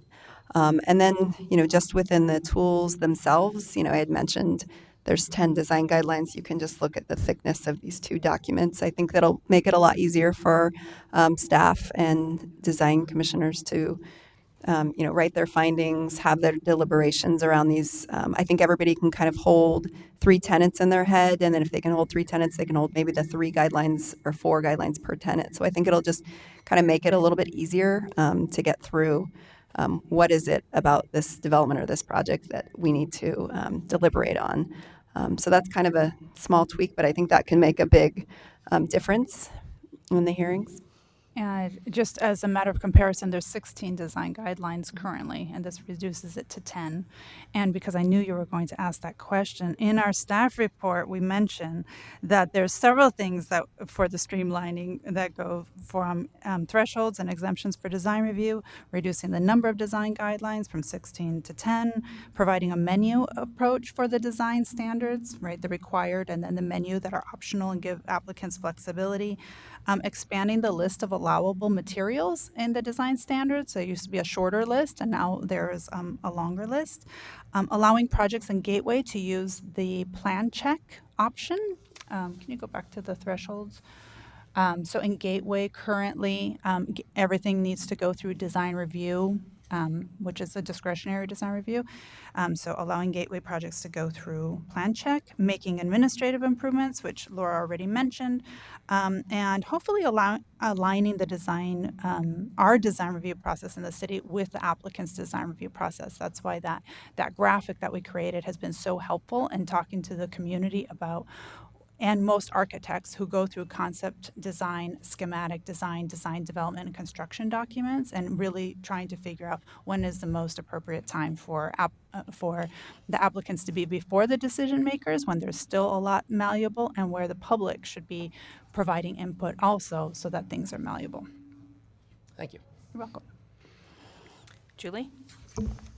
So thanks very much for the clear presentation, and I really appreciate the amount of staff time and effort that has gone into making this easy for commissioners.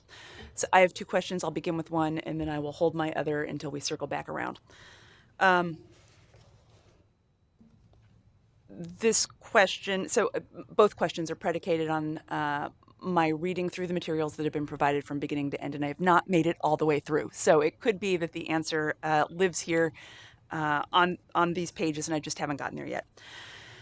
So thinking through future work that has been outlined, the administrative improvements that have been made in the design commission's hearings have been substantive, and we have more community members engaged more often on more substantive issues in the discussions that we have in the hearings room. This is really good public process, and it is becoming better public process all of the time. Looking forward, we talk a lot about context. One of the three tenets. We will continue to talk a lot about context for reasons that were outlined in the presentation. In fact, I think, Phil, you said that context and how to address it matters was, one of the kind of top public responses that you received when you were soliciting feedback on one of the earlier drafts. There are plan districts, design guidelines, design standards that are all sanctioned by the Bureau of Planning and Sustainability. They are the Design Commission's approval criteria, but then there are community resources as well. And in the future work, you have referenced those community resources as something that should be made available to applicants in order for them to understand the context that they are working in. Those are not our approval criteria. And so I don't really understand the relationship between BPS sanctioned approval criteria, the community resources, how that overlap happens in the hearings room, and also what the future work looks like to make sure that all of the other documents, all of the other planning efforts that live within our city are vetted, addressed, and then kind of brought forward as part of the context that we have to work within in the hearings room. So I'm wondering, as you look forward, have you thought about everything that lives out there, and really what this is going to look like? How long is it going to take? Because I know there is going to be a great amount of effort put into updating Central City fundamentals, Lloyd District, Goose Hollow, Central East Side. We're going to cycle through all of this again, but then there's this other body. So I don't know if I was hearing two things. One is something that is actually in the guidelines in the proposed draft. So it's not future work. And there was this list that we've provided in guideline 2. This is where I heard you say community guided sources. Yep. This is something that we added after a lot of feedback from the discussion draft. Similar to anything on this list, if you're out in the site and you notice your context is a one-story building with large parking in the front and no landscaping, if it doesn't meet the guidelines, that's the guidelines are still supreme to the things on this list. If you're saying my context is no landscaping and it's parking and it's a small building and so that's what I'm building, that doesn't meet the guidelines. And similar to community guided sources that might lead you astray. But we wanted to provide that out there because because this list is part of, the applicant and the public and the design commission's discussion for what all of this is sort of fair game as far as discussing and deliberating on what is context. But the guidelines overall, and certainly the base zones, are the thing that you are, like you said, held accountable to. So I don't know if that answers your question. Can you go back one? No, the one that shows the scaling. One. Where is it? Oh, sorry. There it is. This one. So I think for context is one of the tenets, right? And there's two other tenets. So getting to Laura's example, when the local context is maybe convenience stores that are set back with parking in the front. That might be the context that is saying something about guideline 2, but there's the other 8 guidelines or 9 guidelines that we're really trying to advance with every project. Guideline 1 about this citywide urban design framework, all of that was grafted from the comprehensive plan, which gives a lot of guidance about design in all of these pattern areas and centers and what it means to be a town center, what it means to be a neighborhood center. And Laura has grafted a lot of work from there.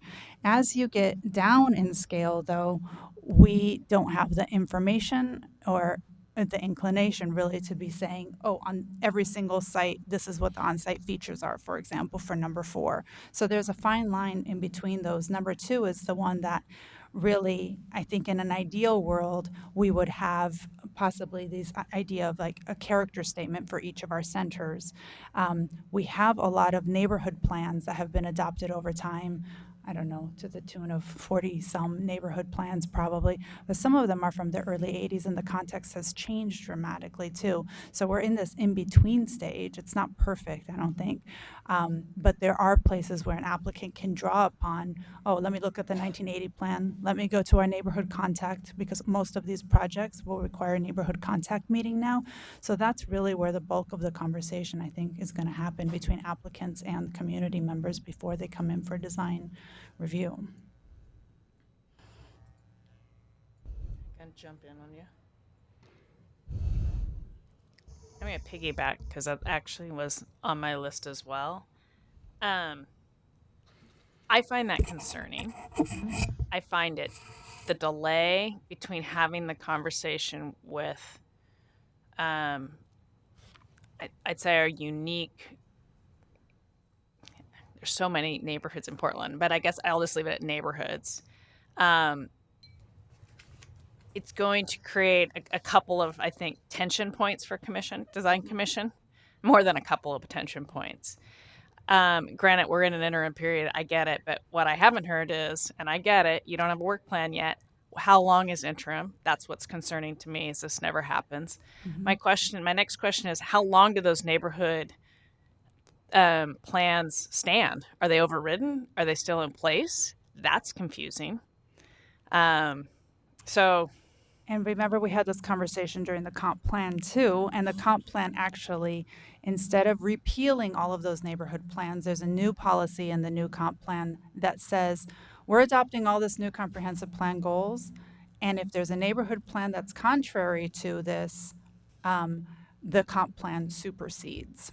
So that's what the council adopted as their city policy about, there's many things in the neighborhood plans. It's not just about design, right? It's about if your neighborhood plan says pastoral views and green spaces in the middle of Hollywood, well, yeah, our city goals have changed since right then. And that's what's concerning, right? Yes. I mean, that's confusing to people. It's confusing to those who are trying to implement. It's confusing to those in the community. It's a mishmash. And I think throughout the comp plan process, there was a lot of conversation with the community about we're getting there. This is where we're at now with the comp plan. This is where we're at with kind of these zoning changes. Then we've got design DOZA coming along, and we're getting there. What I'm hearing is we're still getting there, and that's my concern. And partially, I would say, is because we're doing these citywide plans, And we couldn't see ourselves going into specific centers and talking only about the design criteria and not talking about bigger issues. So for example, West Portland Park, Town Center, a new plan is being developed for that along with the Southwest Corridor currently. That's a great opportunity for us to talk about design as a subset of as a subset of everything else that needs to be discussed for making Portland Town Center be the future that the community wants to see. But we hear you, and that's precisely why we created Section 5 of the report, because of this discomfort we ourselves had also. Do you have anything else? So I'll leave it at that, but with one last comment on that, in that I think what I'd like to see come out of Planning Bureau staff is, what is the list of the neighborhoods that need that next step? Because what at least I plan on saying to council when this goes to council is, this is work that has to happen. And I don't see it as equitable to just have it be piggybacked on other projects that might be coming up for Planning Bureau. And I get it, that's a great first step to maybe get some done. But what I'm worried about is by the time you get through all the neighborhoods, another 20 years have gone by, and this one's now out of date again. And we're going to kind of be in this really unhealthy cycle about what neighborhood context looks like in certain periods. So I'd love to see some type of work plan, thought put together, and then a request for funding down the road. Okay. Ariane, I totally took your spot by jumping in there, but I kind of piggyback on Julie. No worries. I think you actually set me up pretty well. Can we go to the map that shows kind of where those city centers are, where the design overlay applies? Sorry. Sorry to make you go all the way through. This one or the more personalized map? I think that's perfect. I want to first echo the appreciation that other folks have shown for just the amount of work that has gone into this process and the amount of thought that has gone into this presentation and this DOZA work overall. But in looking at this map, I think I want to give a little bit of context for the question I'm going to ask, so that we're thinking about some of the historical aspects here, and in particular what's happened in certain neighborhoods. Specifically looking at Fremont and Williams and Alberta and MLK, and I think Alberta and MLK is particularly important because that's the site where Trader Joe's was supposed to come into a neighborhood. I don't see that the design overlay has truly preserved the character and local identity of those neighborhoods in particular, where a lot of Black folks have been displaced. So I'm wondering how and whether a displacement analysis has been part of the conversation that came up in terms of looking at DOZA and understanding whether this design overlay has any impact on who gets to stay in a neighborhood and who that design serves, just from a visual perspective, and what signals it sends to the folks who live in a neighborhood. And then building off of that, I'm also curious whether there's been any analysis of the demographics of who gets to develop in certain city centers. Sandra, you alluded to that it can be more expensive in kind of going through this design review to develop in Central City.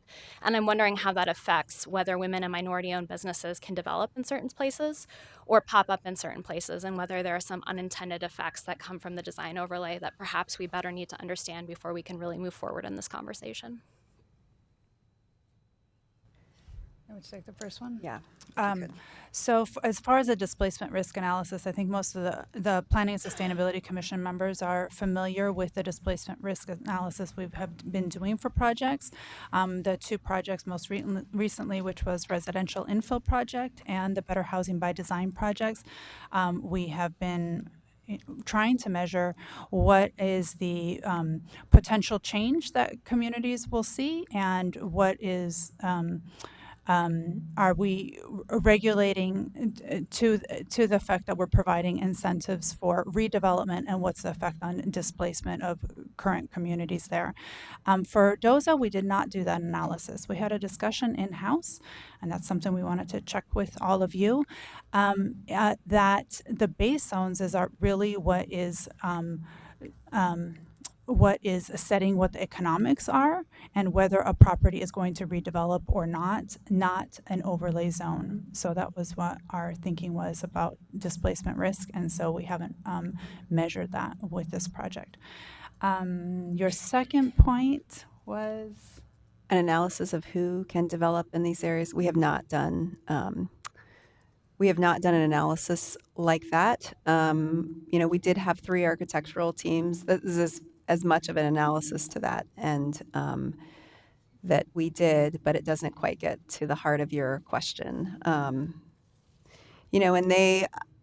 And we're happy to actually bring our consultant back, and you can sort of spitball with him when we get into the standards and guidelines, if that helps. But I know that when he was presenting to Design Commission, I think on early drafts, he really made it a point to say, we tried on our, to try to get the most bang for our buck and try to think about not overlaying a tremendous amount of cost and expense to this to the process, and really thinking about the goals that we have for these areas, because they are, as we've said so many times, they have such a role in creating the city designed for people, and many of them will transform over time. So just wanting to make sure that new development meets the goals of contributing to public realm and responding to context and thinking about quality and resilience without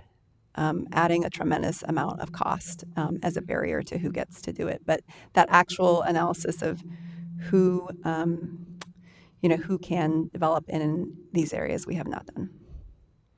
Is that something that would be possible to explore further? And not just who can develop in the areas, but also how that affects rents, and then who actually gets to have businesses in some of these newly developed buildings that have the design overlay. I think that's something that would be very important to understand, is just, does this design overlay have an effect on some of these greater factors and interplay with some of the other development work that is happening in the city? So your interest is not just in the design overlay, but in all other areas too, right? Because, for example, Division has redeveloped, and so has Williams redeveloped. A lot of people saying they're pretty much developed very similarly, and in both of those cases, one has design overlay and one doesn't have design overlay.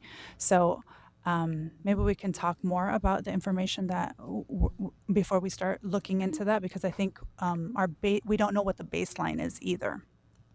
Sure, I'd appreciate that. I do want to mention that, and we included it as Appendix B in Volume 4. This was back from the assessment, but we had a consultant do draft looking at the DOZA assessment and its impact on housing affordability.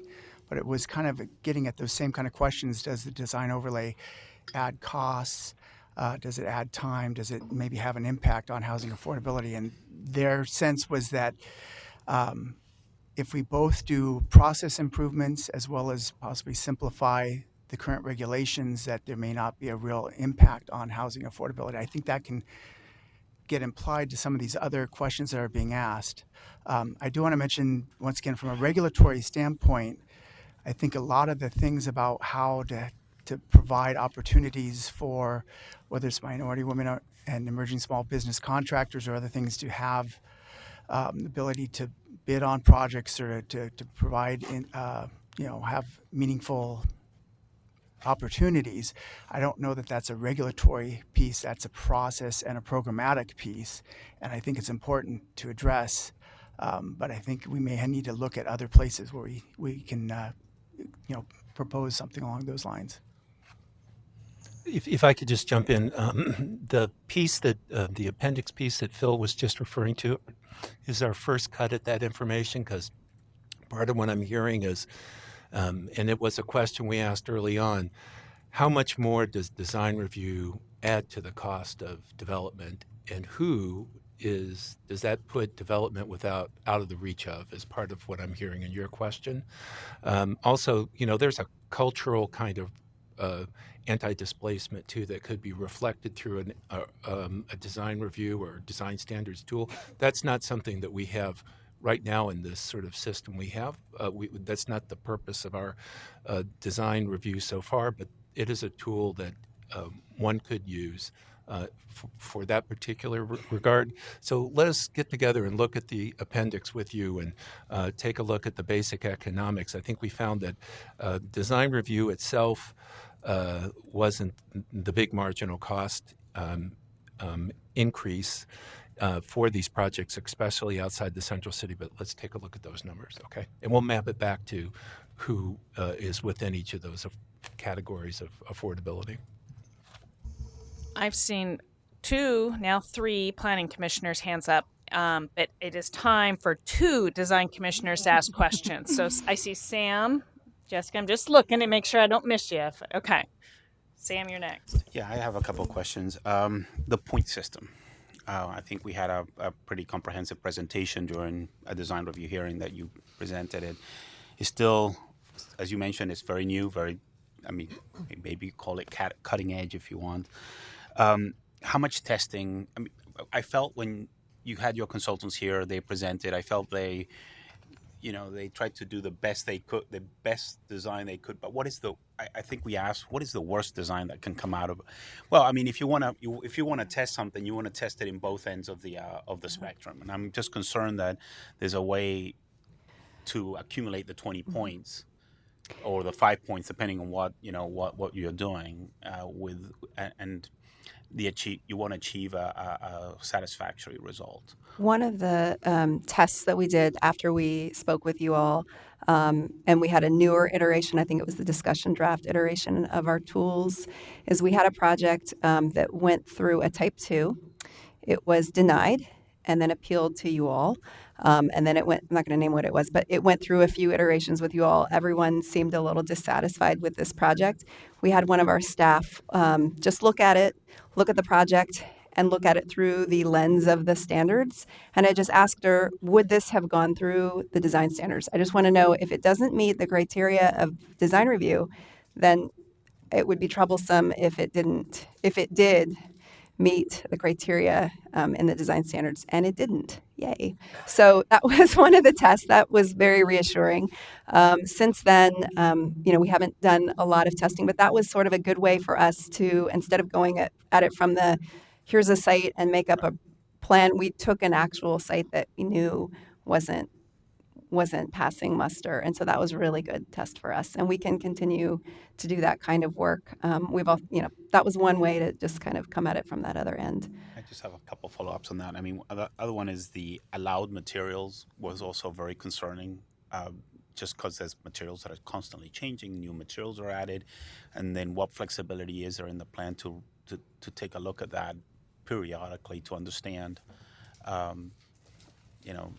this material might be allowed in the palette of that. And I guess just to sort of completely wrap up, I've had an opportunity to work on a CM2 site, and we found some flaws. I think. I don't know if we went to the adjustment committee to ask for a few changes. So what is the process? Is there a process for some of these things? Because you can't test it all. Right. There's no way you can do this. But there will be things that you'll find along the way that are probably not yielding the result that you want. Is there a process to monitor and evaluate? It does go to city council, so they get to approve it. Once it's approved, is there a process where there can be minor modifications made if you see some things that, or it goes to design review and you see that there are some issues that is not yielding the right results? And that's my last one. Do you want to talk about monitoring? Yeah, well, we're always open to feedback on how the zoning code and the regulations are working. We do have a database that BDS is really the one who, when they're working with applicants and they're saying, wow, this doesn't work, or when we hear from design team, like, we are consistently approving this material in design review and it's not allowed in the design standards, they would put it into our database that we take a look at periodically depending on funding. So if you're familiar with our old recap process of regulatory improvement code amendment project, or if we had a new design review project, we would be pulling all of those amendments. So instead of asking for them once in a while, it's just an ongoing repository, if you will. Yeah. Oh, okay, you got it. I'm just making sure both your questions got asked. So I saw, this is the order I saw, Chris, Katie, and then Ben. So we'll go to Chris, and then I'm going to pause and try to see. You guys can ask more than one. You can have more than one round. So you design commissioner. So, okay.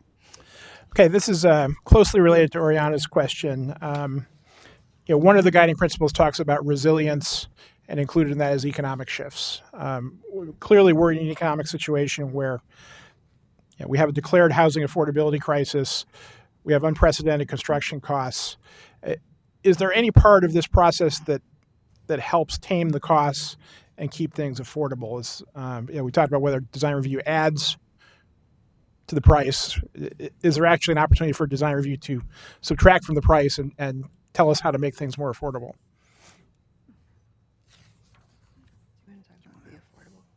Subtract from the price. Stump the jock. Well, one thing, and I think was with Oriana that we could bring up, but I don't know if it's going to get at your question. But one of the standards that we added actually between the discussion draft and the proposed draft was this idea of providing an incentive to provide affordable commercial. So I don't know that necessarily reduces the cost, but it kind of gets at the idea of if a developer were willing to work with Prosper Portland to engage in their affordable commercial program, they would basically get points for that. It kind of, they actually get a couple bonuses because we also want to encourage people to actually put commercial on the ground floor as well. So they would get some points for putting commercial on the ground floor, and they'd also get points for making it affordable. As far as other I was on the things task force that worked with Prosper on designing that, and my understanding is nobody's taken advantage of that bonus yet. Is that correct? They've got a couple specific projects that they've been working on, but they're actually hopeful that if there's other things that encourage people to go work with them, that it could be expanded.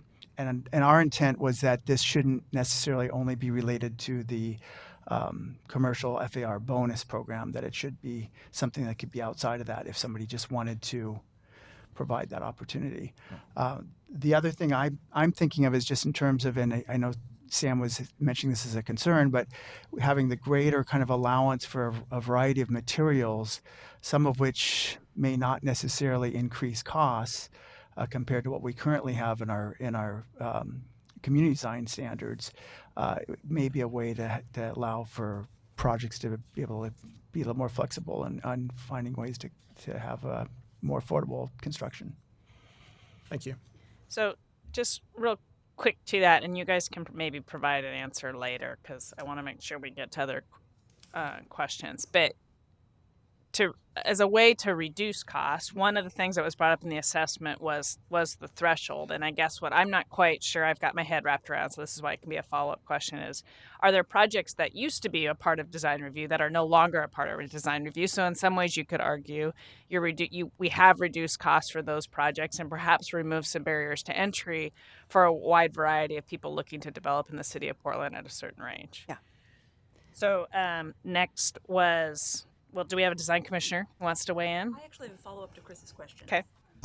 And I think this is really straightforward. So I'm an affordable housing developer, and probably many people in the room know that I do not support a lesser standard for affordable housing developments. I think that holding affordable housing to a lesser standard is a great way to create inequity and stigma.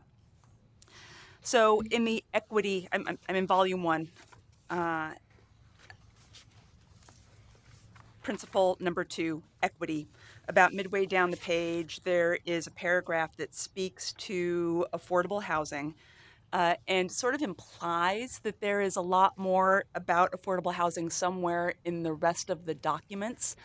And so I went straight to Chapter 825, thinking that maybe something had been added in Chapter 825 that I was not expecting to see around affordable housing and a hall pass or a lesser standard, and I didn't find it. So I just wanted to verify that Appendix B, where the affordable housing memo lives, really is the sum total of the discussion about housing affordability with respect to DOZA guidelines thresholds. We have something in volume 2 that's a little bit hidden. Yeah, okay, thank you. And it has more to do with how the table got formatted. But if you go to table 825-1. Yes. And we have a little, it's on page 133 of the proposed draft. There's certain places where we list type 3 and we have footnote number 2. And footnote number 2 is actually on the next page, which is what adds to the confusion. And it's a footnote that allows affordable housing project that qualifies under the city subsidy project through the Portland Housing Bureau to elect to do a type 2 review instead of a type 3 review. This is something that currently is in the housing emergency. Ordinance. Yeah, that is going to be in effect until April 2021, I think. And so this potentially would make permanent that provision. So it's not that it's, reduces, it's not a free pass. They have to meet all the same approval criteria. But it's similar to, I think there's been 2 cases of the Design Commission that have potentially, the Design Commission hasn't seen the cases because they went through type 2. You are correct. We have not seen them. Okay. So there was a proposal down kind of by south end of River Place that went through a type 2, and then I think something up in the Pearl that have taken advantage of this. But once again, it's up to the applicant to choose whether they go through the type 3 process or go through the type 2. So it's essentially, it affects time a little bit and affects to a small extent the cost of the review. But can I bring this back to what you originally said, which was, I think, in alignment with one of our values that Laura was sharing, which is on page 3 of the report, which is that good design does not have to be expensive, and people living in affordable housing should benefit from quality, well-designed places. That was one of our values that we carried throughout. So no, you won't see a free pass for affordable housing. You won't see different design guidelines for affordable housing or different design standards for affordable housing, because our value statement is that we don't want the stigma behind affordable housing, and so it's the same. So the only thing you would find is that footnote 2, which is codifying what has been passed in the housing emergency ordinance, which is a conversation for this group, frankly, if a type 2 review should be afforded for those projects. Versus a type 3, but in our mind, it's just the process difference. Yeah, it's not the quality of design or the approval criteria. Yeah, and that's up for discussion. Design Commission has not had discussion about this yet. We will. I disagree with this, and if this remains, and if it becomes code, I would like to see those affordable housing developments go through a design advice request. I think that they should have the benefit of time with the commission. So if I can step in really quick, the current emergency ordinance requires a type 2X with a required DAR or a type 3. So this change takes it from a 2X to a 2 and removes the DAR requirement, just for clarity on what currently exists and what the change is. Thanks, Stacy. So that's a type of, we will look forward to the testimony from the Design Commission to the Planning and Sustainability Commission about whether this should go into the zoning code. Can I just say one other thing that the administrative improvements have done? We also allow free DARs for all affordable projects to allow them to get that early assistance and get the design and the project right from the get-go without any fees. So we try to reduce the cost in that way as well. So looking at the time, it's 2:30. It's past 2:30. I think what I'd like is I've got Katie and Ben on deck for questions. If you can maybe just state your questions and we'll have them followed up with in writing. I'm sorry, planning commissioners, that we've run out of time, but that happens. I also have one question I'd like followed up on, and I don't know if there's any design commissioners who have anything. Dawn, you have something you'd like to ask. So again, we're just going to not have responses so that we can wrap up here and move on to the TSP. So, Katie. Yes. I'll try and be quick then. I do this big systemic change.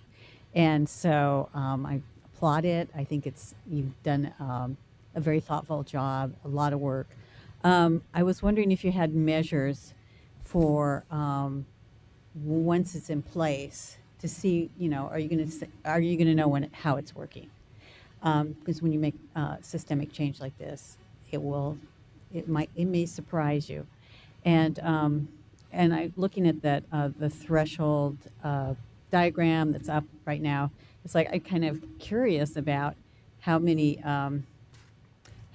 projects go through those different little pathways, and how they would change in the future. So that was a question. And then the other one was just about character, using character for neighborhoods. A lot of East Portland neighborhoods are changing character, and they started suburban, and so now they're going to be something else. And so what does that even mean? And that's a question that I have, and I think that a lot of those sorts of neighborhoods do need some kind of a character statement that's done with the community to see what they want to be. Ben? I'll be brief. Question in regards to the alignment of the applicant design process with the city review process. Your diagram that superimposes the two, the concept, schematic, and design development, construction documents on the top with the design review process at the bottom, it seems to imply that you could potentially get to a land use review hearing sooner than pre-DOZA scenario. So with the understanding that there are some hard parameters by the state, 120 days from a complete submitted application to get to a decision, and then not every project is similar. There's different varying levels of complexity, but were you able to perhaps quantify what that reduction in time is? And that kind of goes back to some of the questions of potential cost reductions. That would be one for, if the process is compressed. And we can get your answer in writing. You want us to? Later. Don? Yeah, mine's a little bit different. It's sort of the relationship between the Planning Commission and the Design Commission. Some of the decisions that get made get passed on to us, and we'll get a full hearings room talking about FAR, which is really not part of our purview. And I'm wondering if there could be more broad discussions, I guess, or more outreach with the Planning Commission to go over those issues that have a big impact on the community that then gets heard in front of the Design Commission, where we don't really have any say or control over those issues. So something to be aware of with future decisions that the Planning Commission comes down on. Yeah, great point. So perhaps we can put that as an item for some follow-up. I see a question mark on Sandra's face. I have a thought. I'll share it with you later. Any other questions that we'd like kind of follow up on? Yeah, Steph? Super quick, I'd love to, as a bookmark for future conversation, first, thank you very much. And for the menu, just like the menu of options, that I'd love some methodology based on what might have been left on the cutting room floor, and also what the weighting is. Like, for example, the ground floor height additional being 3 points, whereas affordable ground floor commercial space being 2 points, and just why some of that weighted criteria was. Thank you.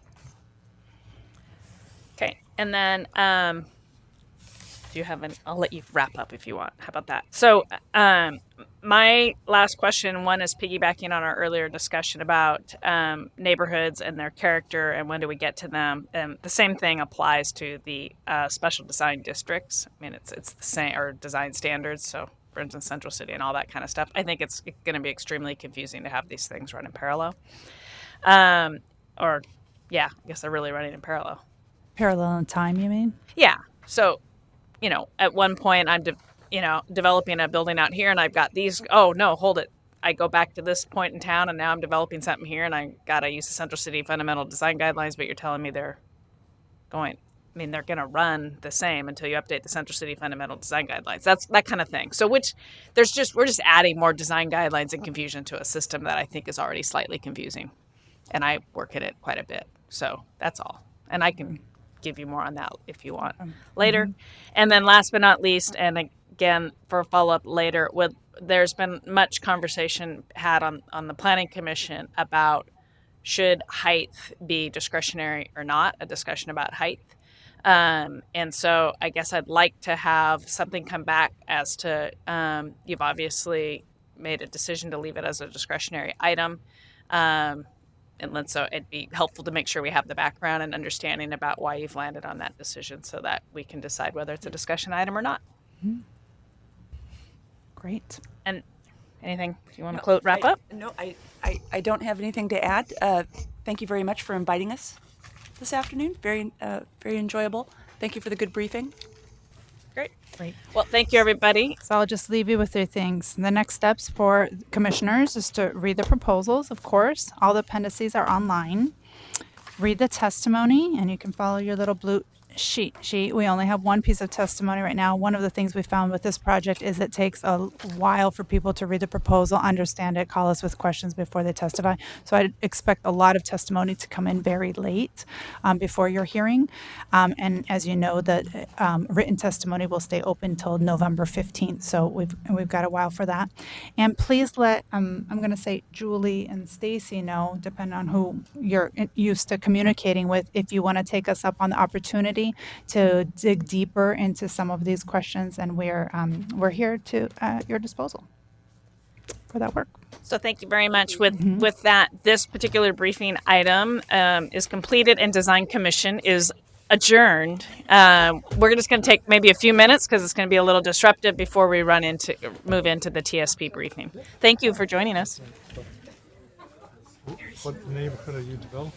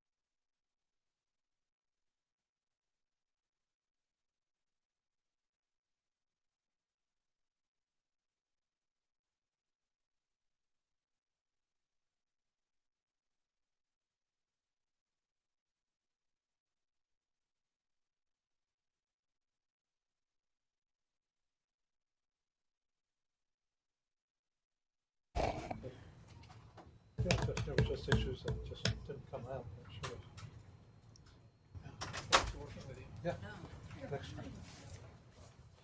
Take this chair. Yeah. Okay. I'm going to have us go ahead and get started. We have quorum. I know the rest of our commissioners will be joining us soon. So next item on our agenda is the Transportation System Plan update. This is a briefing.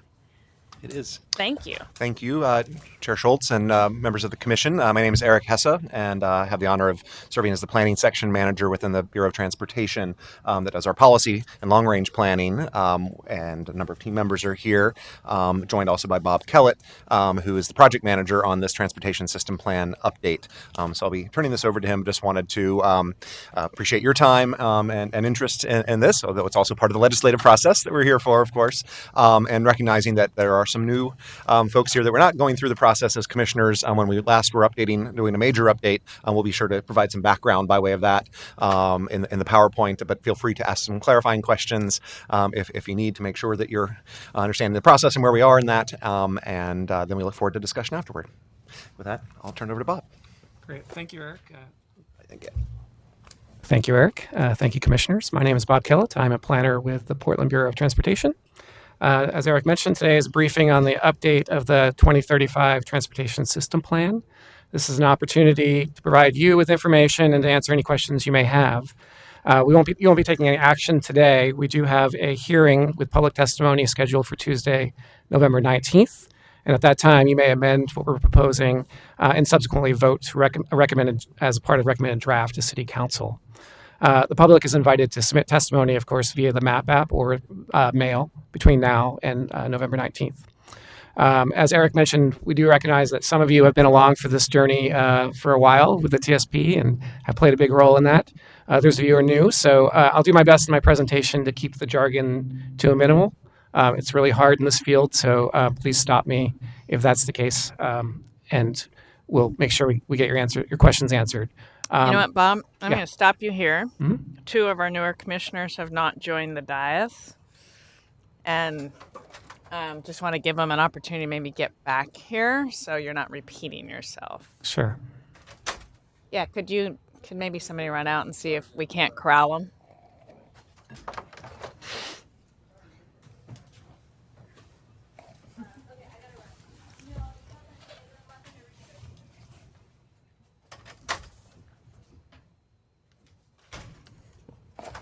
Okay, great.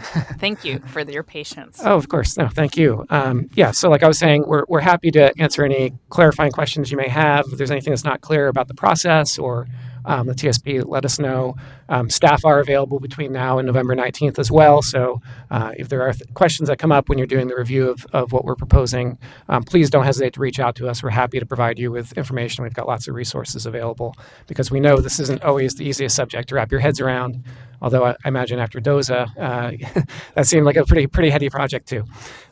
So yes, the timeline is available there. So the background on the TSP, let's start with how we got here today. The 2035 TSP was adopted by City Council in 3 stages. That was between December 2016 and May 2018. It became effective in June 2018.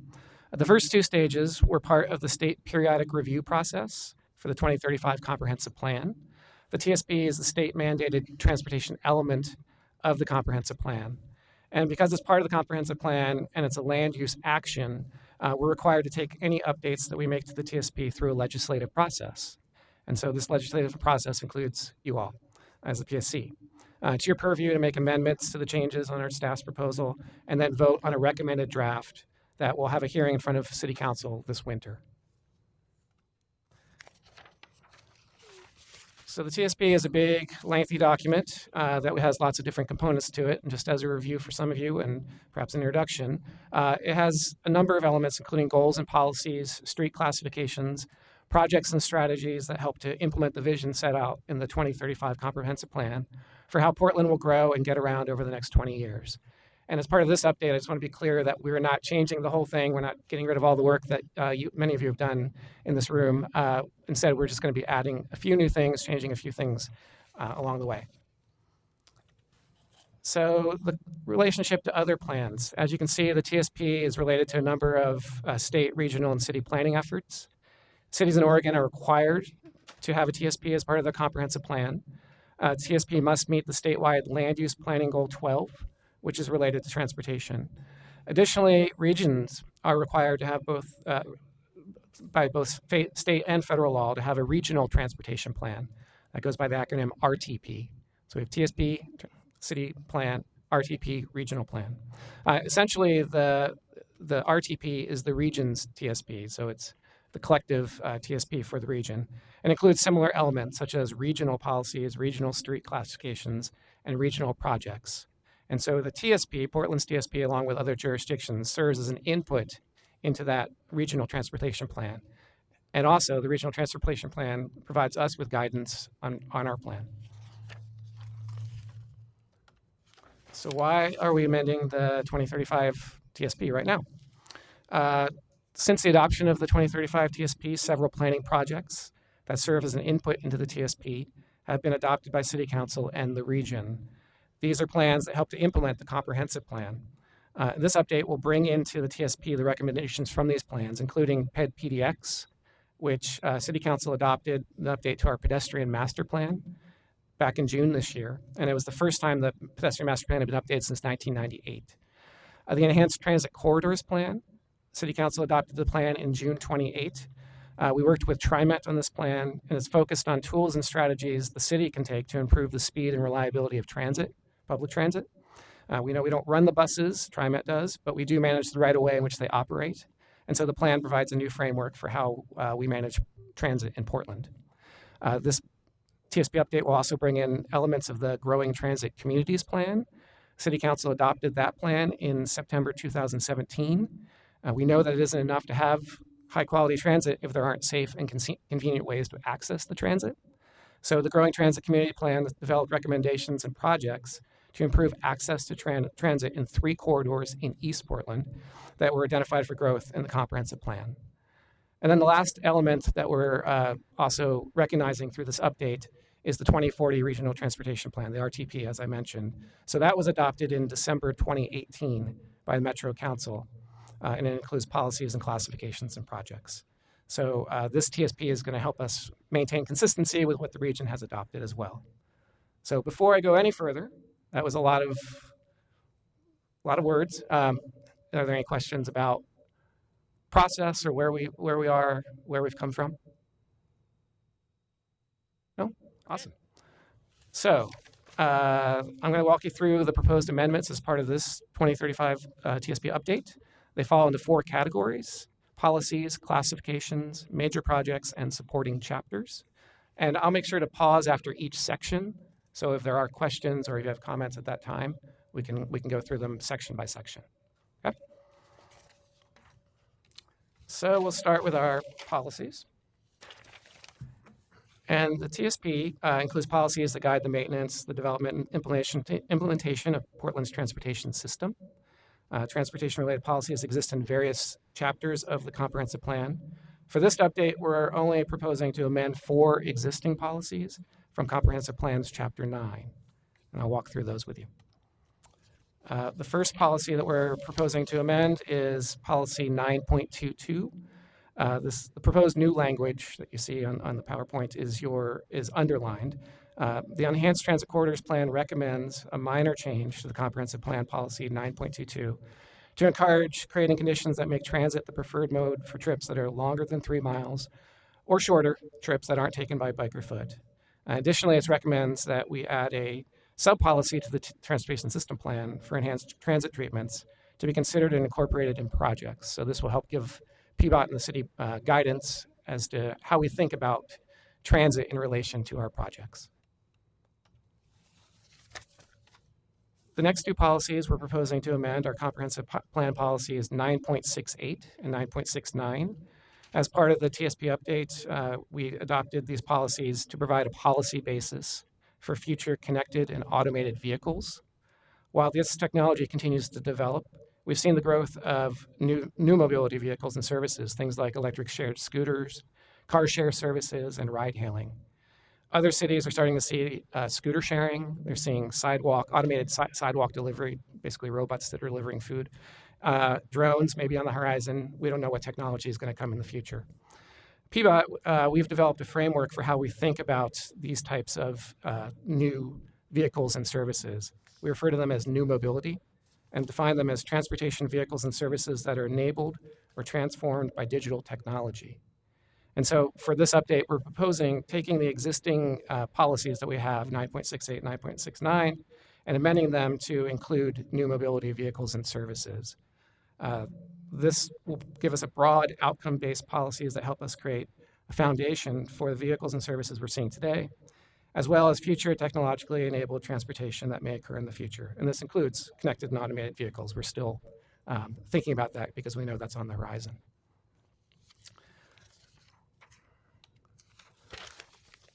The last couple of policy recommendations we're making really fall in the housekeeping category. These are things we're cleaning up as we go along. TSP is a big document, so there are bound to be things that we catch. This is one of them. Comprehensive Plan Policy 9.49 references tables 9.1 and 9.2. And these tables appear in the TSP, but they're not in the comprehensive plan. They got kind of adopted separately. The tables are related to our level of service considerations when there's new development and the interim regional mobility standards we look at when there are land use changes. So we're proposing just adding these tables to the comprehensive plan. We're not proposing making any changes to the tables themselves. So that way you can find them all in one spot. The other administrative fix is to relabel our community involvement objectives to sub-policies. And so PBOT uses the Comprehensive Plan's Chapter 2, which has community involvement policies for the city, as its public involvement policies and practices. We also have several objectives that are PBOT-specific objectives that are nested under these policies. And during the previous development of the 2035 TSP, we, along with the Comprehensive Plan, we got rid of labeling things as objectives. We have them as sub-policies instead. So in order to remain consistent, we'd like to just have these relabeled as sub-policies. We're not changing the substance of what of the policies themselves, the sub-policies themselves. And so that is the extent of the policy amendments. Are there any questions at this point or comments, Chris? Oh, sorry. So first, let me start by thanking staff. I had the chance to meet with staff both while the discussion draft was being prepared and then shortly after the proposed draft was published to talk about questions and concerns. So one that I want to highlight in the policy section is around the new mobility section. And I agree this is, as we look at how things have evolved just in the couple of years since we did the last phase of the TSP update, this area has changed quite a bit. And I think new mobility is a good way to think about it. And in general, I endorse the changes in this section. There's one specific piece of language that is actually not new, but that I want to just bring everybody's attention to, and that is in subsection A, maintain city authority to identify and develop appropriate data sharing requirements to inform and support safe, efficient, and effective management. So this is basically language that says, you know, we get to make the scooter vendors tell us where the scooters are, right? That's a good example of how we might. So this is at top of page 28, section A. And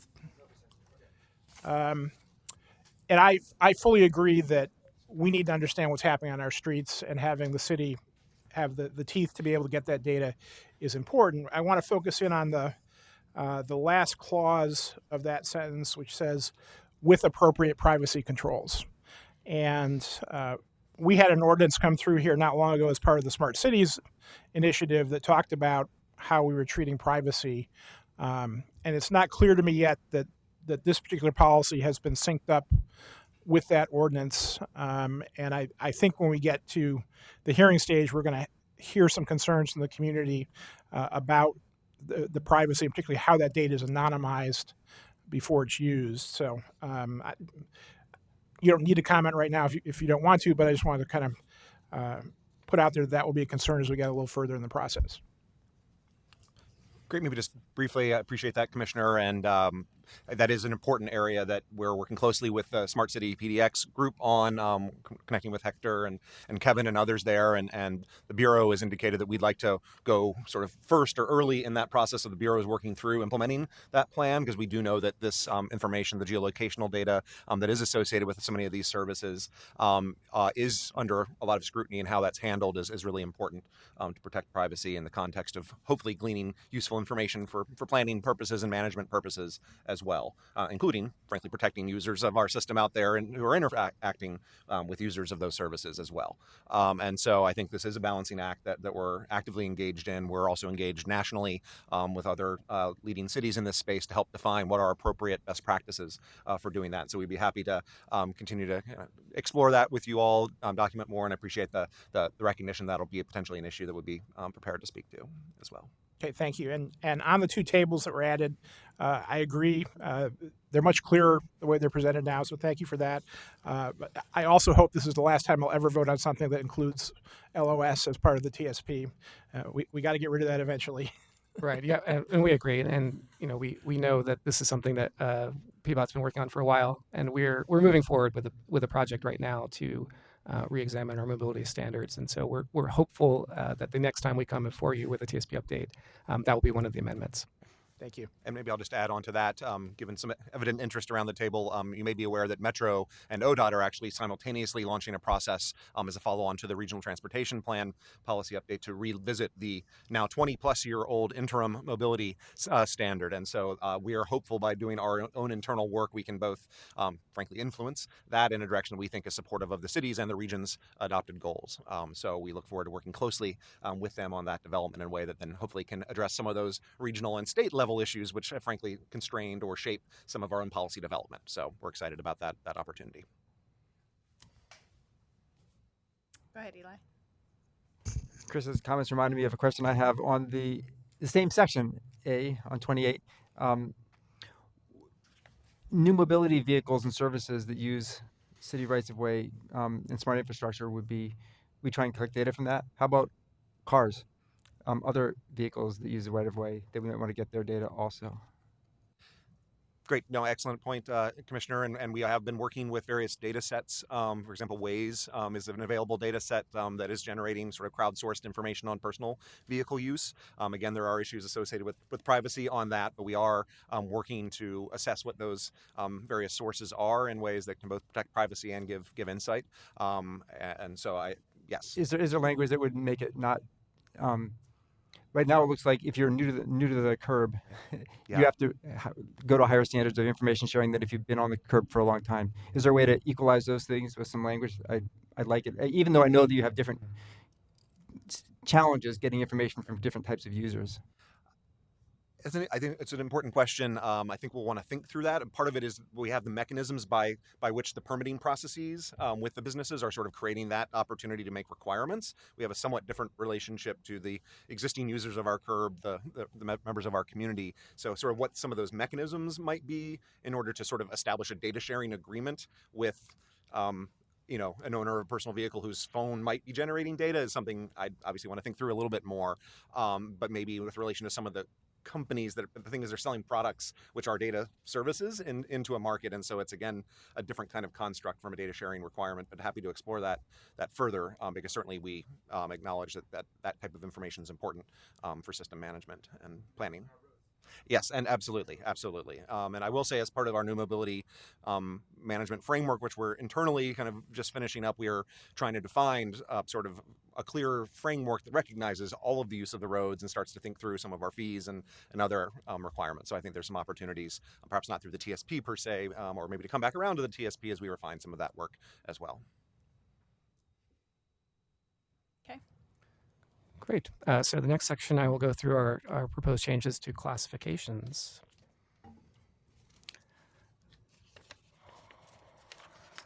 So classification is a formal designation of a street, and it's based on its roadway characteristics and context. It's a required policy as part of the TSP for both the current and future use of the roadway. Classification determines how that street is handled in a range of processes, such as roadway design, traffic operations, and funding eligibility. For this update, we're proposing to change the pedestrian classification citywide as recommended from PDX. And we're also proposing changing a limited number of bicycle classifications. And then we have some adjustments for errors that we found with our bicycle street design and emergency response classifications.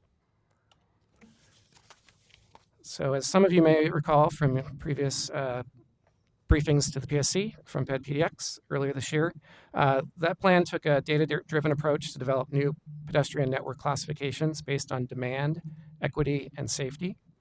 The new proposed classifications are major city walkways, and neighborhood walkways. And these classifications will apply for both on-street and off-street walkways, so trails also would get a classification. Additionally, PDX has recommended increasing the number of pedestrian districts citywide. Pedestrian districts are where we expect to see the greatest pedestrian activity based on current and future land use. And the new pedestrian districts are tied to the centers that were adopted as part of the comprehensive plan, as well as the major transit station areas. This helps us to implement the comprehensive plan's vision of walkable centers. For bike classifications in the TSP, we have 3 bike classifications. Roads that are not classified as local bike streets are either designated as a major city bikeway or a city bikeway. The major city bikeways are in the dark green on the maps, and the city bikeways are in the lighter green. The key difference between these two in terms of policy direction is that the major city bikeways are expected to accommodate larger volumes of people on bikes. In both cases, the classifications provide direction to build the highest quality bikeway.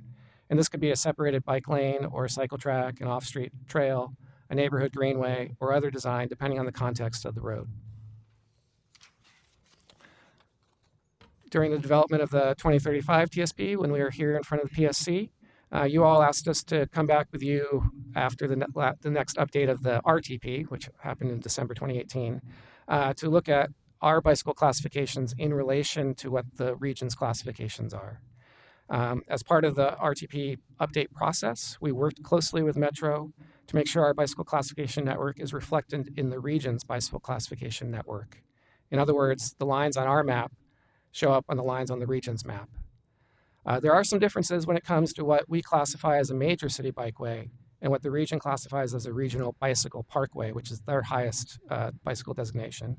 So in other words, we still have some differences between the shade of green on our map versus the shade of green on the region's map.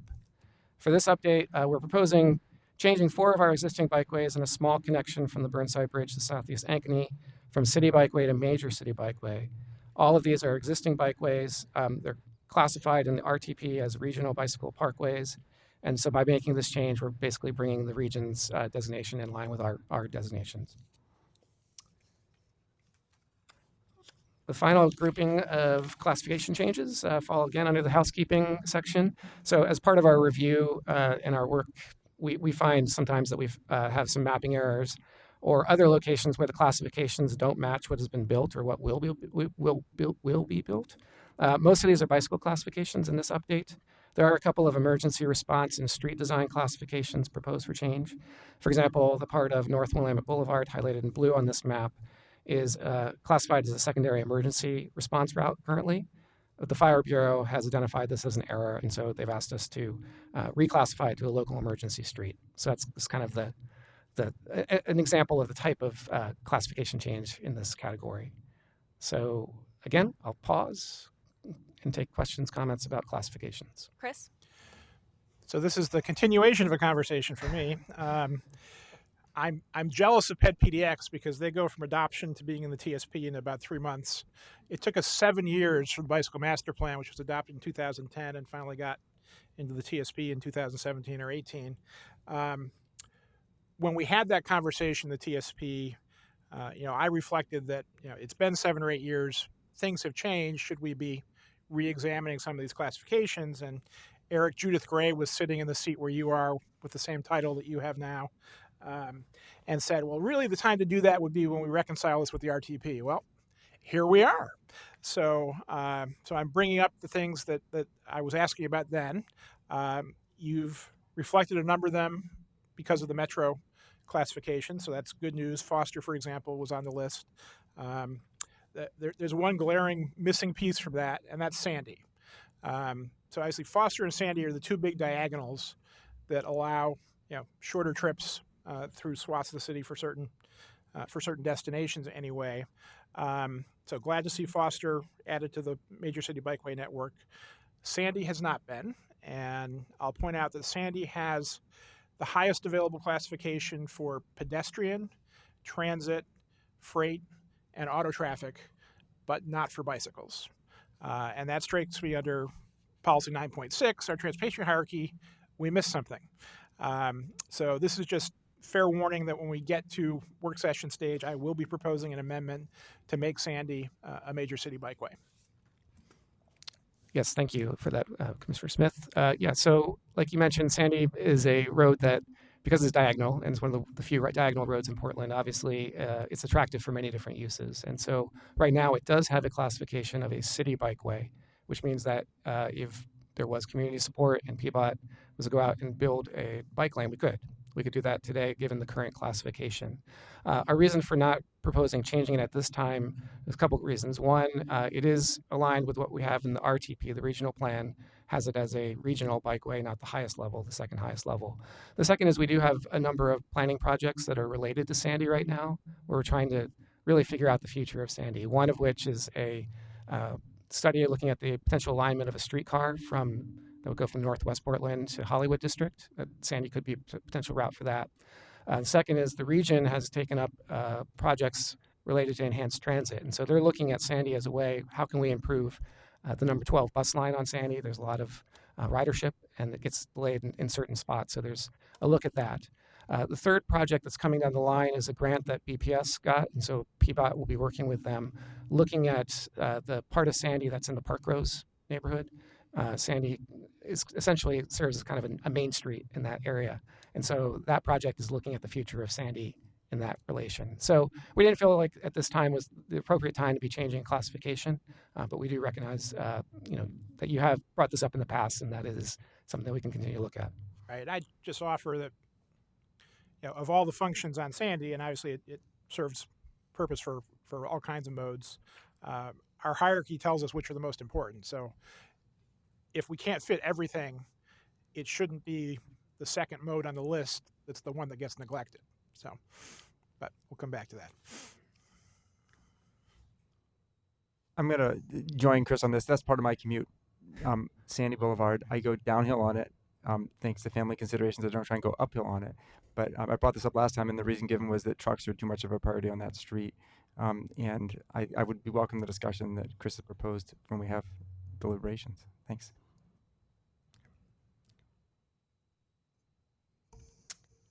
Hi, thanks for your presentation today. I'm curious how parking factors into the conversations around the transportation system plan.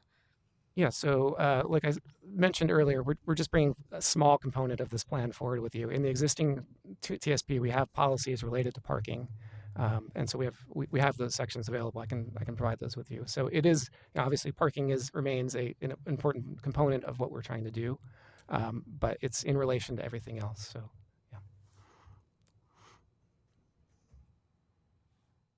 Keep going. Okay, moving on. Great, thank you.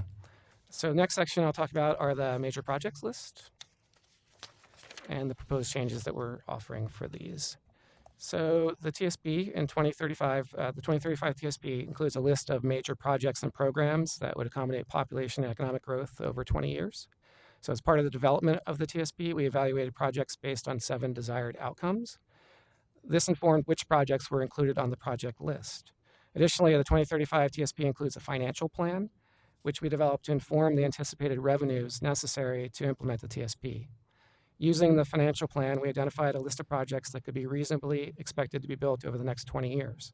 This is what we call our financially constrained project list. It's further broken into projects that we anticipate completing in years 1 through 10 of the plan and years 11 through 20. As part of the process, we also identified projects that met the TSP's criteria, but where there was not sufficient funding available or identified in the financial plan to reasonably expect them to be built in the next 20 years, unless there's new sources of funding that becomes available. So these projects are part of our unconstrained project list. So we have our project list, big project list, 2 sections, financially constrained, unconstrained. And so for this update, we're proposing 2 sets of changes to the project list. The first set of changes is a series of amendments to projects that already exist. They've already been adopted into the TSP. These amendments are a result of planning that's been done in the Growing Transit Communities Plan and the Enhanced Transit Corridors Plan.